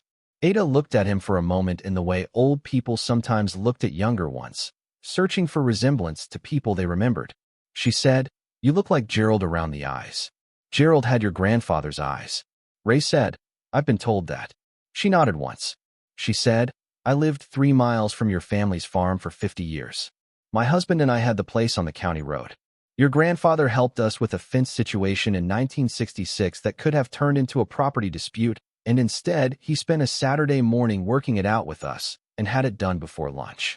He was that kind of person, did a thing and moved on without needing acknowledgement for it." She looked at the folder in front of her. She said, When Margaret told me what Vern had done, I was angry enough for both of us. Margaret was the calmer one. She always was. She said Earl was ashamed, and she didn't want anyone else to know because the shame wasn't his, but he was carrying it anyway. That was Margaret. She protected him that way, even from sympathy she thought he didn't want. Ray said, "Would you testify?" Ada said, "That's why I'm here." She straightened in her chair. "My eyesight is going and my knee gives me trouble on stairs, but I can still sit in a witness chair and tell the truth about what Margaret shared with me and what I saw happen to your grandfather's standing in this county after 1954. I watched a good man spend 20 years being careful about money in ways he wouldn't have needed to be if Vern hadn't taken what was his." She said it simply, without anger. It was a fact she had been holding for a long time. Ray said, "Can I see the letter?" She pushed the folder across the table. Inside was a photocopy of a handwritten letter, 2 pages. Ray recognized Earl's script before he finished reading the date at the top. September 1954. Earl had written to Margaret in the specific private language of a marriage, the shorthand of 2 people who had talked enough years to not need full sentences for certain things. But the substance was clear. He wrote that Vern had taken the money, that he had filed papers Earl had not agreed to, that when Earl had confronted him, Vern had shown documents that made it impossible to prove in court what Earl knew to be true. He wrote that he was ashamed not of what Vern had done, but of his own failure to anticipate it, of having trusted someone that much and being wrong. The final line was, "Do not let Robert carry this. I don't want him growing up thinking his father was fooled by a better man. I was not fooled by a better man. I trusted a man who turned out to be different than I believed. There is a difference." Ray set the letter down on the table. Ada watched him with the patience of someone who had been carrying this for a long time and was finally putting it down. She said, "Margaret died in 1989. She never made peace with it. Not the money. She was practical about the money. The friendship. She missed Vern's wife Clara until Clara died in 1978. They had been close since they were girls. The whole thing broke apart when the men did." Warren's legal team filed 3 motions in the following 2 weeks. The first challenged the forensic report on grounds that Marcus Webb had not been pre-approved as an expert witness, a procedural objection that Judge Owens dismissed in 2 pages. The second argued statute of limitations, the position that any claim based on 1954 events was time-barred regardless of subsequent enrichment. Owens scheduled this one for argument at the hearing itself. The third challenged Ada Briggs's proposed testimony as hearsay, a letter shared by a deceased third party without the original present. Sandra wrote the opposition to all 3 motions in 4 days. The hearsay challenge fell apart because Ada was not testifying to the letter as the primary evidence, but as corroboration for Marcus's forensic findings and Earl's own notebook, which were already in evidence as authenticated original documents. The letter was context, not the case. Owens denied all 3 motions 2 days before the hearing. Warren did not take this quietly. His operations manager called Ray twice in the week before the hearing, leaving voicemails that were professionally courteous on their surface and were clearly intended to communicate that accommodation was still possible if Ray wanted to pursue it. Ray did not return the calls. Sandra had told him not to, and he agreed with the reasoning. The morning of the hearing, Ray drove to Livingston in the same truck he had driven to Carol's office 32 days earlier, with the same clipboard on the seat beside him that he had used for the bank inventory, and Lily in the passenger seat watching the fields go by. She was quieter than usual. Not anxious exactly. Present in the way she got when something was important enough to require her full attention. He said, "You don't have to come in. You can wait outside." She said, "I'm coming in." The courtroom was the same one Carol had described, 2nd floor of the county courthouse, wood paneling and fluorescent lights. Judge Patricia Owens was already at the bench when they arrived, reviewing documents with the efficiency of someone who had read the case file thoroughly and was not going to spend the morning getting up to speed. Warren Pruitt sat at the defendant's table with 2 attorneys from a Tulsa firm that Sandra had told Ray charged $320 an hour, minimum. He looked, across the aisle, like a man who had been managing things from a position of advantage for 30 years and was doing the work of recalibrating. He did not acknowledge Ray when they entered. Sandra laid out the case in a clear sequence that Ray had heard in its component parts over the previous month, but which had a different quality in the courtroom, assembled and presented in order. The 1953 agreement. The 1955 sale. the documented expansion of the Pruitt farming operation with capital that should not have been solely theirs, the 1971 grain elevator purchase, Marcus Webb's forensic findings, which Marcus then presented himself in the measured, technical language of an expert witness who knew his territory and was not going to be rattled by cross-examination. Warren's lead attorney, a tall man named Vickers, cross-examined Marcus for 40 minutes. He asked about the limitations of paper composition dating, about the possibility of variance in signature pressure across different contexts, about the chain of custody for documents that had been sealed in a steel crate for 47 years. Marcus answered each question with the patience of someone who had been cross-examined many times before and understood that the purpose of the questions was not to find the truth, but to create doubt. Vickers did not create much doubt. Marcus's answers were specific and consistent and grounded in methodology that Vickers could not credibly dismiss. When Vickers suggested that the paper composition finding might be attributed to unusual storage conditions, Marcus pointed out that unusual storage conditions affected ink and fiber degradation, but not the composition of the paper itself, which was fixed at the point of manufacture. The exchange lasted 6 minutes and ended with Vickers moving on. Ada Briggs took the stand after the morning recess. She walked to the witness stand with the measured care of someone whose knee made stairs an exercise in concentration, and she settled into the chair and looked at Judge Owens with the direct, unhurried quality of a woman who had nothing to manage and nothing to hide. Sandra walked her through the foundation, her relationship with Earl and Margaret Caldwell, the length and nature of the friendship, the garden club, the specific occasions on which Margaret had spoken about the Pruitt matter. Ada said, "Margaret told me in October 1954. We were sitting in her kitchen after a club meeting. She had been quieter than usual all fall. I asked her what was troubling her, and she told me the whole of it. She showed me the letter Earl had written her in September." Sandra said, "What did the letter say?" Ada described what Ray had already read in Carol's office. The mineral rights partnership, Vern's filing, the confrontation, Earl's shame about trusting someone that much, the instruction to not let their son Robert carry the weight of it. She said, "I kept the copy Margaret gave me because I thought someday justice might be possible and someone would need to know that Earl wrote it down in 1954 before any of us knew what the Pruitt family would build with that money. Before the elevator. Before any of it. He knew in 1954 what had been done to him, and he put it in writing to the person he trusted most." She looked at Warren Pruitt directly. Ray watched from the plaintiff's table. He had been prepared for this moment by Sandra's coaching, had known it was coming, had thought he understood what it would feel like. He had been wrong about that. Watching Ada Briggs hold Warren Pruitt's gaze across a courtroom with the steady authority of someone who had been carrying a truth for 68 years and was finally depositing it somewhere it could be used, he felt something that was not quite grief and not quite relief, but was in the territory between them. Lily was in the gallery behind the bar. He could not see her from the plaintiff's table, but he was aware of her presence the way he had been aware of it since June, a particular quality of attention at the edge of his perception. Ada said, "I watched Earl Caldwell spend the last 20 years of his life farming on a narrower margin than he should have had. I watched him make careful choices when he could have made expansive ones.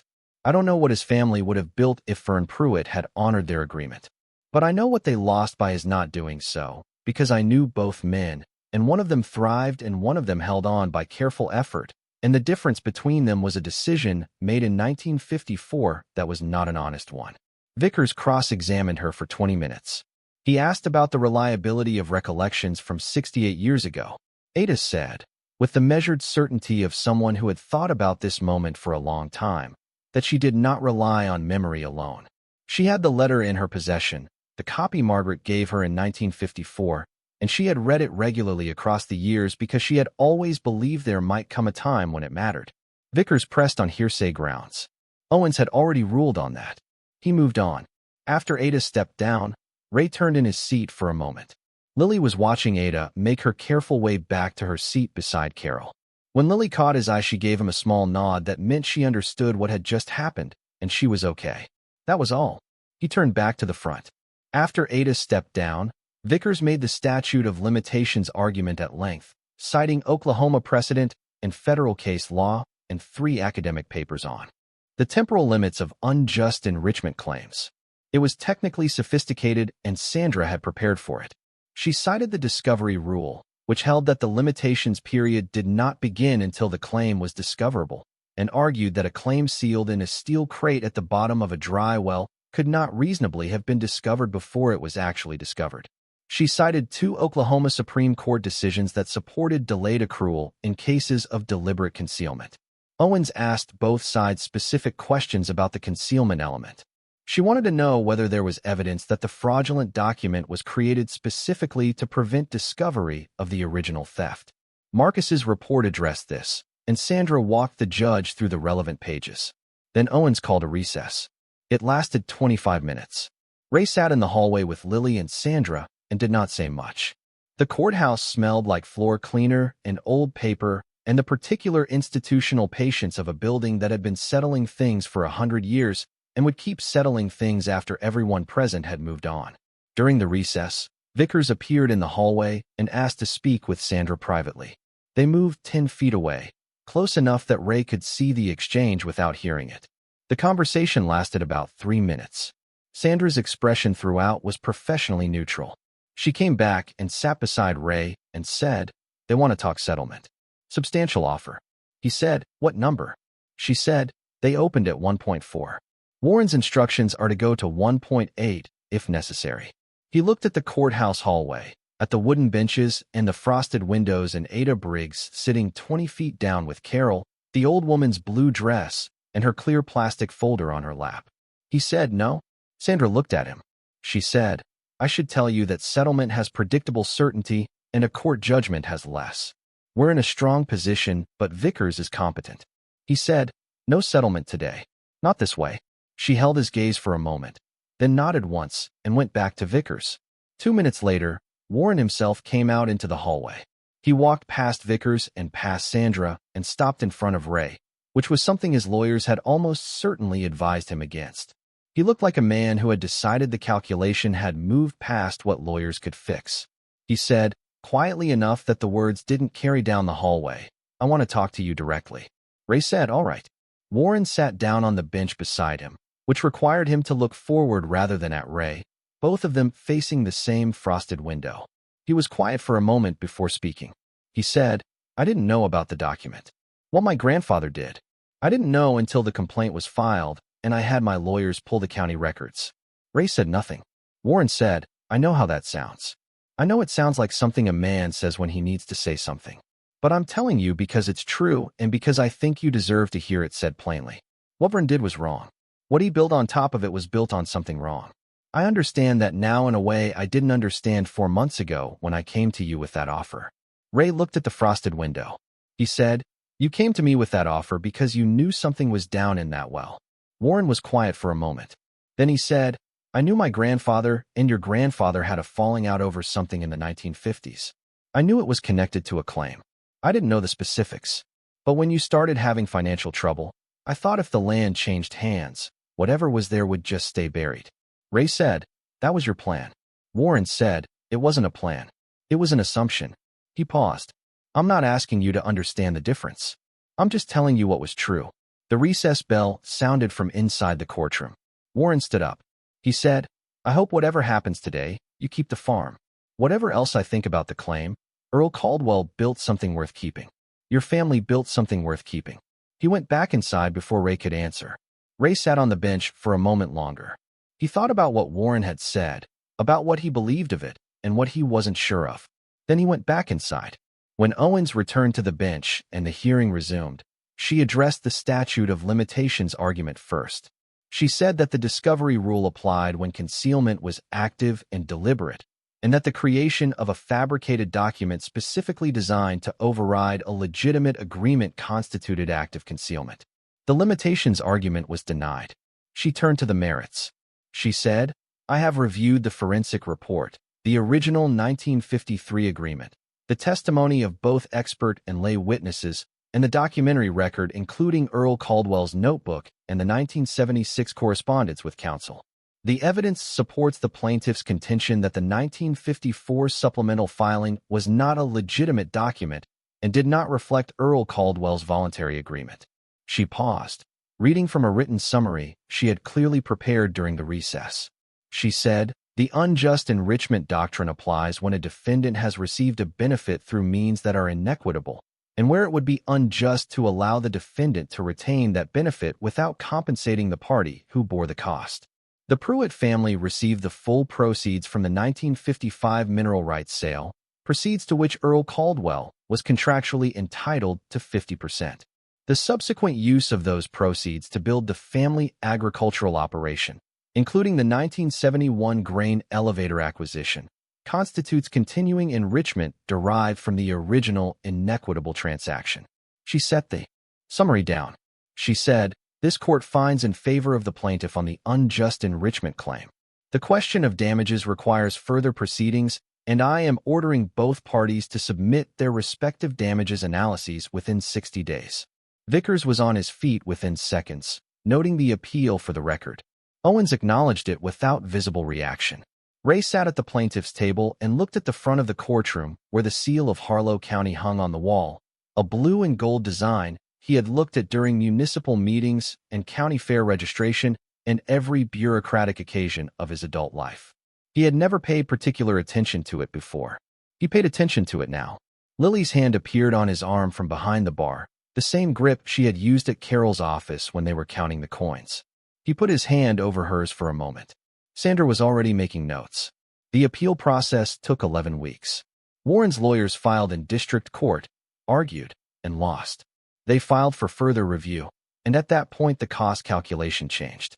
Warren had paid his attorneys for 5 months of work. The district court had affirmed the unjust enrichment ruling.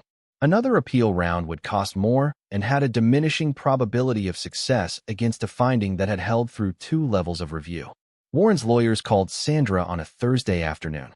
The final settlement number was $2.1 million. Sandra presented it to Ray at Carol's conference table, the same table where the crate had sat open 3 months earlier with its coins in rows on cotton cloth. She was direct about it, as she had been about everything. She said, "This is within the range I calculated as achievable. It accounts for the appeal having narrowed his options.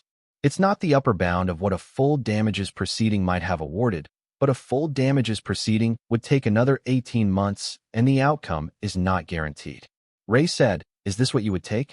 She considered the question honestly. She said, "In your position, yes.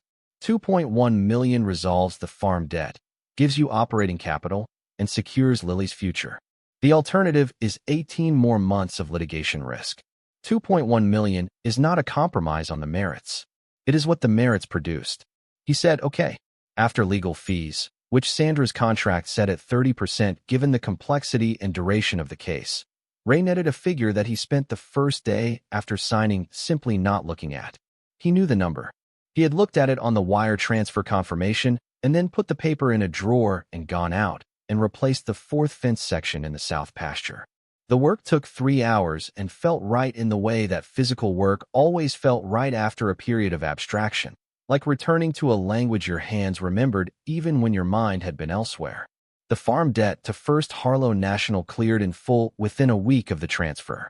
The loan officer who processed the payoff was professional and efficient and did not say much about Warren Pruitt's departure from the bank board, which had been announced the previous month in language that described it as a voluntary decision to step back from certain board responsibilities during an ongoing legal matter. Ray read the press release once and did not read it again. He paid off the John Deere. He had the grain bin seam repaired properly, a welding firm from Stillwater that did the work correctly on the first pass rather than with roofing tar. He replaced the northeast foundation section of the main house, a job that required a structural contractor and took 4 days and cost more than he had estimated, but was done correctly when it was done. He hired a part-time hand for the harvest season, a young man named Bobby from a farm 3 miles down the road, whose own family's operation had been reduced enough by the same drought years that he was looking for work between planting and harvest on his own place. Ray paid him a fair day rate and gave him lunch and did not explain his reasons for being willing to pay the fair rate. The work was what it was and the rate was what it was, and that was enough. In the 3rd week of August, while Lily was still at the farm, Ray drove to Stillwater and opened a college savings account in Lily's name. He put a specific amount into it, enough to cover 4 years at a state school without debt if she was careful, enough to matter if she chose somewhere more expensive. He told Janet about it in a phone call that lasted 10 minutes and contained no recriminations on either side, which was unusual enough that afterward he sat in the truck in the parking lot for a few minutes thinking about it. He put a specific amount aside for Lily in a fund he set up with help from an Enid financial advisor that Sandra recommended, structured so that it would be available for college or other needs when she was ready. He did not tell Lily the exact amount. He told her it was enough to matter and that she should focus on what she wanted to study rather than what she could afford. She said, "That's not how you decide what to study." He said, "I know, but it should be one less thing you have to factor in." She looked at him for a moment in the way she had started looking at him since June, with the specific assessment of someone who is revising an opinion and is being honest about the revision. She said, "Okay." Dennis drove out from Tulsa on the first Saturday in September after school had started and Lily had been back with Janet for 2 weeks. He arrived in the mid-morning and walked the farm with Ray in the way they had not walked it together in years, side by side through the hay meadow and the equipment barn and the south pasture with its repaired fence. Dennis was quieter than usual. He looked at things with the attention of a man who had spent decades looking at the balance sheet rather than the land and was now trying to see the land. He ran his hand along the new welded seam on the grain bin, testing it the way someone with a carpentry background tested a joint. He stood in the equipment barn and looked at the John Deere for a moment without saying anything. In the south pasture, he walked the replaced fence line and checked 2 of the new posts with both hands, testing the solidity of the tamped fill. At the south well, he stopped. He looked at the stone rim, at the new wooden cap Ray had fitted over the opening, at the rope that Ray had coiled neatly beside the rim rather than removing, because removing it had seemed like erasing something that should stay. Dennis said, "I should have known. About Granddad Earl, about what was down here. I should have asked Dad more questions when I had the chance." Ray said, "Neither of us asked Dad enough questions." Dennis looked at the rope for a long moment. Then he said, "You know what I remember about Granddad Earl? He used to say that you could tell what a man was worth by whether he kept his word when keeping it cost him something. I must have heard him say it 20 times. I never connected it to anything specific. He was talking about Vern." Dennis said, "Yeah, I think he probably was." He turned away from the well. He turned and looked back at the farm laid out in the September light, the fields and the barn and the house Earl had built in 1953 that was still standing because Ray had repaired the foundation rather than walking away from it. He said, "I was wrong about Muskogee County." Ray said, "Yes." He said, "I was wrong about a lot of things. The way I was always looking for the exit. The way I thought attachment to this place was the problem instead of the solution." He paused. "I couldn't see what you were holding on to because I'd already decided it wasn't worth holding on to." Ray looked at the south pasture fence, for sections replaced and solid. He said, "You left at 19, Dennis. You built a good life. That wasn't wrong." Dennis said, "It would have been wrong to stay when I didn't believe in it. I know that. But I shouldn't have assumed you were wrong to believe in it just because I didn't." They walked back to the house and had lunch, and Dennis drove back to Tulsa in the afternoon. The visit was not dramatic. It did not resolve decades of accumulated friction or turn them into the close brothers they had not been. What it was honest, and honest was something they had not consistently been with each other, and Ray found he valued it more than the warmth they occasionally performed. He spent the first week of September doing a project he had been planning since the day he read Earl's notebook. The Harlow County Historical Society operated out of a 2-room office on Main Street, run by a retired schoolteacher named Margaret Hollis, who had been collecting local history for 30 years and had more material than she had room to display. Ray drove down on a Tuesday with Earl's notebook, copies of the 1953 Mineral Rights Agreement, and several of the photographs from the crate, including the one of Earl standing at the finished well in 1951. He donated them to the archive with a written account of what they documented, both the history of the Caldwell farm and the Mineral Rights Partnership and its outcome. He asked only that the materials be preserved and that the record reflect Earl Caldwell's role in the county's farming history accurately. Margaret Hollis spent an hour going through the photographs. She said, "Earl Caldwell. I have one photograph of him in our collection from a county fair in 1968. I always thought he looked like someone worth knowing more about." Ray said he was. She put the materials in acid-free folders and labeled them in her careful archivist handwriting. The collection was not large, and the Historical Society had no immediate plans for a display, but the record would be there when someone went looking. He spent the first week of September doing a project he had been planning since the day he read Earl's notebook. The Harlow County Historical Society operated out of a two-room office on Main Street, run by a retired schoolteacher named Margaret Hollis who had been collecting local history for 30 years and had more material than she had room to display. Ray drove down on a Tuesday with Earl's notebook, copies of the 1953 Mineral Rights Agreement, and several of the photographs from the crate, including the one of Earl standing at the finished well in 1951. He donated them to the archive with a written account of what they documented, both the history of the Caldwell farm and the Mineral Rights Partnership and its outcome. He asked only that the materials be preserved and that the record reflect Earl Caldwell's role in the county's farming history accurately. Margaret Hollis spent an hour going through the photographs. She said, "Earl Caldwell. I have one photograph of him in our collection from a county fair in 1968. I always thought he looked like someone worth knowing more about." Ray said he was. She put the materials in acid-free folders and labeled them in her careful archivist handwriting. The collection was not large, and the Historical Society had no immediate plans for a display, but the record would be there when someone went looking. Lily's last 3 days at the farm that summer were ordinary days. That was what Ray remembered best about them later, the ordinariness. They fixed a gate hinge on the equipment barn. They walked the south pasture fence she had helped him repair, and she tested the posts the same way Dennis had, with both hands. They drove to the Harlow Diner for dinner, and the owner, a woman named Carol Partridge who had known Ray's family for 20 years, came out from the kitchen to say she had heard about the case, and she thought what Ray had done was exactly right. On the last morning, Lily packed her bag and put it by the door, and then went out to the barn to say goodbye to the cats the way she did every year. She came back with hay in her hair and her boots dirty and the look of someone who had been present somewhere and was now leaving. Ray drove her to the Harlow bus station. They sat in the truck in the parking lot for 10 minutes before the bus arrived, not talking much. She said, "I'm going to tell people next year that my summer involved a civil litigation case in document forensics and my dad calling 911 on a grain elevator owner." He said, "That's mostly accurate." She said, "I thought you were going to fail. Not because I didn't believe in you. I just knew how the math looked." He said, "The math looked bad." She said, "You didn't know the math was wrong until you went back to check the rope." He said, "No." She said, "That's the part one keep thinking about. That you went back to check. Most people wouldn't have.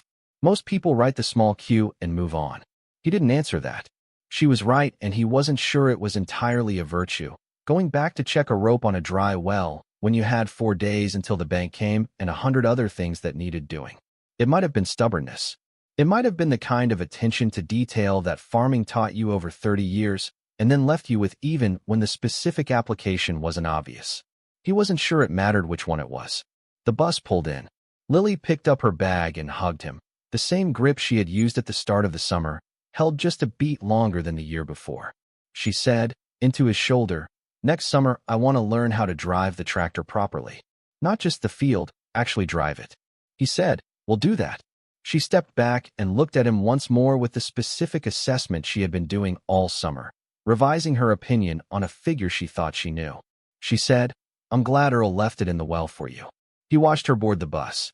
He watched the bus pull out and turn onto the county road and disappear behind the grain elevator on the edge of town, Pruitt Storage and Grain, which was still there and still running and would continue doing so, while the legal consequences of the civil finding worked their way through Warren's business decisions. Some things took time to settle. They did. On the last evening of September, Ray drove the back 40 in the truck at sunset, a habit he had not maintained much in the foreclosure years, because driving the property when you were about to lose it had a quality that made it worse rather than better. Now he drove it slowly, windows down, the evening air carrying the particular September smell of drying grass and cooling soil that was specific to this part of Oklahoma and to no other place he had ever stood. The fields had not recovered fully from 3 drought years. That would take more than one growing season. But the soil was there, and next spring there would be water again if the weather ran normally. And normal weather in Oklahoma was not a guarantee, but was a reasonable working assumption. He had farmed on worse assumptions. He parked near the cottonwood stand and got out and walked to the well. The new wooden cap sat solid on the rim. He had fitted it with weather stripping and 2 small hasps so it could be secured properly, not a casual cover, but something that would hold through winter weather and spring mud. The rope was coiled beside the rim in the loop he had tied, the same rope that Earl had knotted in 1977, still intact, still the thing that had held for 47 years until Ray pulled it. He crouched down and looked at the knot Earl had tied around the rim stone. A half-hitch, as he had noted the first day, tightened by decades until it sat nearly flush with the stone. A simple knot, not decorative, made to hold by someone who knew what he was asking of it. He stood at the rim for a while. He thought about Earl tying the knot and lowering the crate, doing the work carefully in a summer that was already failing him, making sure the waxed canvas was properly folded, making sure the rope was tied in a way that someone could pull, making sure everything was preserved for a son who never found it, and a grandson who almost didn't either. He thought about the courthouse hearing, about Ada Briggs on the witness stand describing watching Earl Caldwell spend 20 years on a narrower margin than he should have had, about the specific phrase making careful choices when he could have made expansive ones. He thought about what the farm had been in the decades since 1954 and what it might have been in a different version of those years, and then he set that aside because the different version was not available for inspection. What was available was the farm as it stood now, debt-free, equipment paid off, bins repaired, soil still recovering from 3 drought years, but still there, still the soil Earl had worked back from Dust Bowl poverty with his own hands before Ray was born. He thought about Warren in the courthouse hallway saying, "I hope whatever happens today, you keep the farm." He did not know what to make of Warren entirely.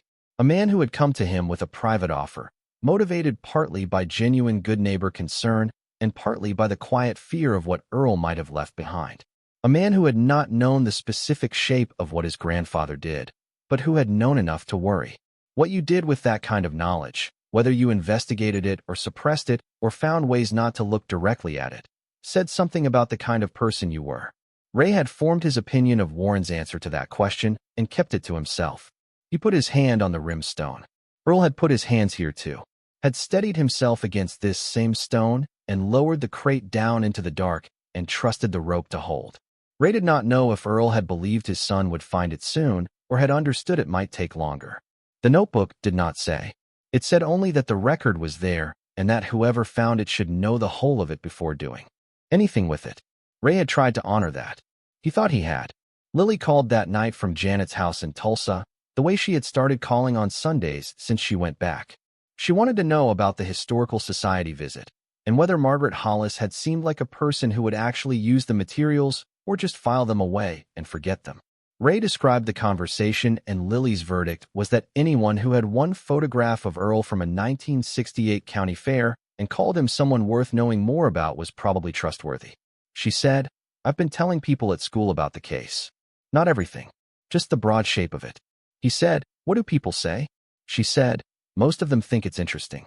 One kid said his grandfather also got cheated out of land in the 70s, and his family never did anything about it. I told him maybe they should look more carefully at what their grandfather left behind. Ray said, "That's reasonable advice." She said, "I've been thinking about what you said when you told me about the foreclosure. About trying to prove you weren't the person Mom thought you were." He said, "Yeah." She said, "You weren't proving anything to anyone. You were just doing what needed doing. That's different." He said, "Maybe." She said, "It is different. Proving something is about the other person. What you did was about the farm, and about Earl, and about what was right. Mom was never the point." He thought about that after they hung up. He sat at the kitchen table in the house that Earl had built in 1953 and thought about what Lily said, about proving versus doing, about the difference between an action aimed outward and one aimed at something worth aiming at.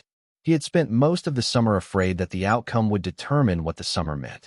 He understood now that it had worked in the other direction.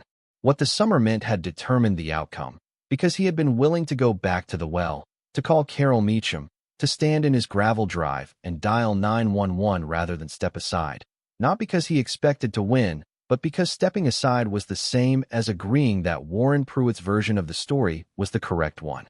Earl had not been fooled by a better man. He had trusted a man who turned out to be different than he believed. There was a difference. The farm in September looked the way it always looked in early fall, the hay fields fading to gold, the equipment barn doors standing open in the last warm evenings, the grain bins catching the afternoon light. There was more of the original structure standing than there had been in June, the foundation work and the bin repair and the fence sections solid in ways they hadn't been. There was less debt behind every visible thing. He had not made the farm into something new. He had made it into what it had always been, which was a 220-acre piece of Oklahoma that his grandfather had built from near bare ground, and which 3 generations of Caldwells had been trying to keep standing ever since. That was enough. More than enough. He turned out the kitchen light and went to bed, and outside the well sat covered on the back 40 in the September dark, the rope coiled neatly beside it, the coins gone to Sandra's fee and Ray's debts and Lily's future, and the south pasture fence. The notebook on the shelf in the bedroom where Ray could read it again if he wanted to, and where Lily would read it again next summer. Earl Caldwell had written it down because he believed the record mattered more than his ability to use it. He had been right about that the way careful people are sometimes right about the things they cannot verify, through patience and specificity and a refusal to let important truths stay sealed in the dark. The rope had held. The farm was still standing. That was the whole of it, and it was enough. Stories like this remind us that starting over is terrifying, but it is always possible. If you or someone you love is facing a total reset right now, whether from a divorce, a loss, or a financial disaster, you need a plan. Scan the QR code on your screen or click the link below to get the Phoenix Blueprint for just $17. It gives you the exact steps you need to take in the first 48 hours and a 90-day plan to get your independence back. Thank you for watching.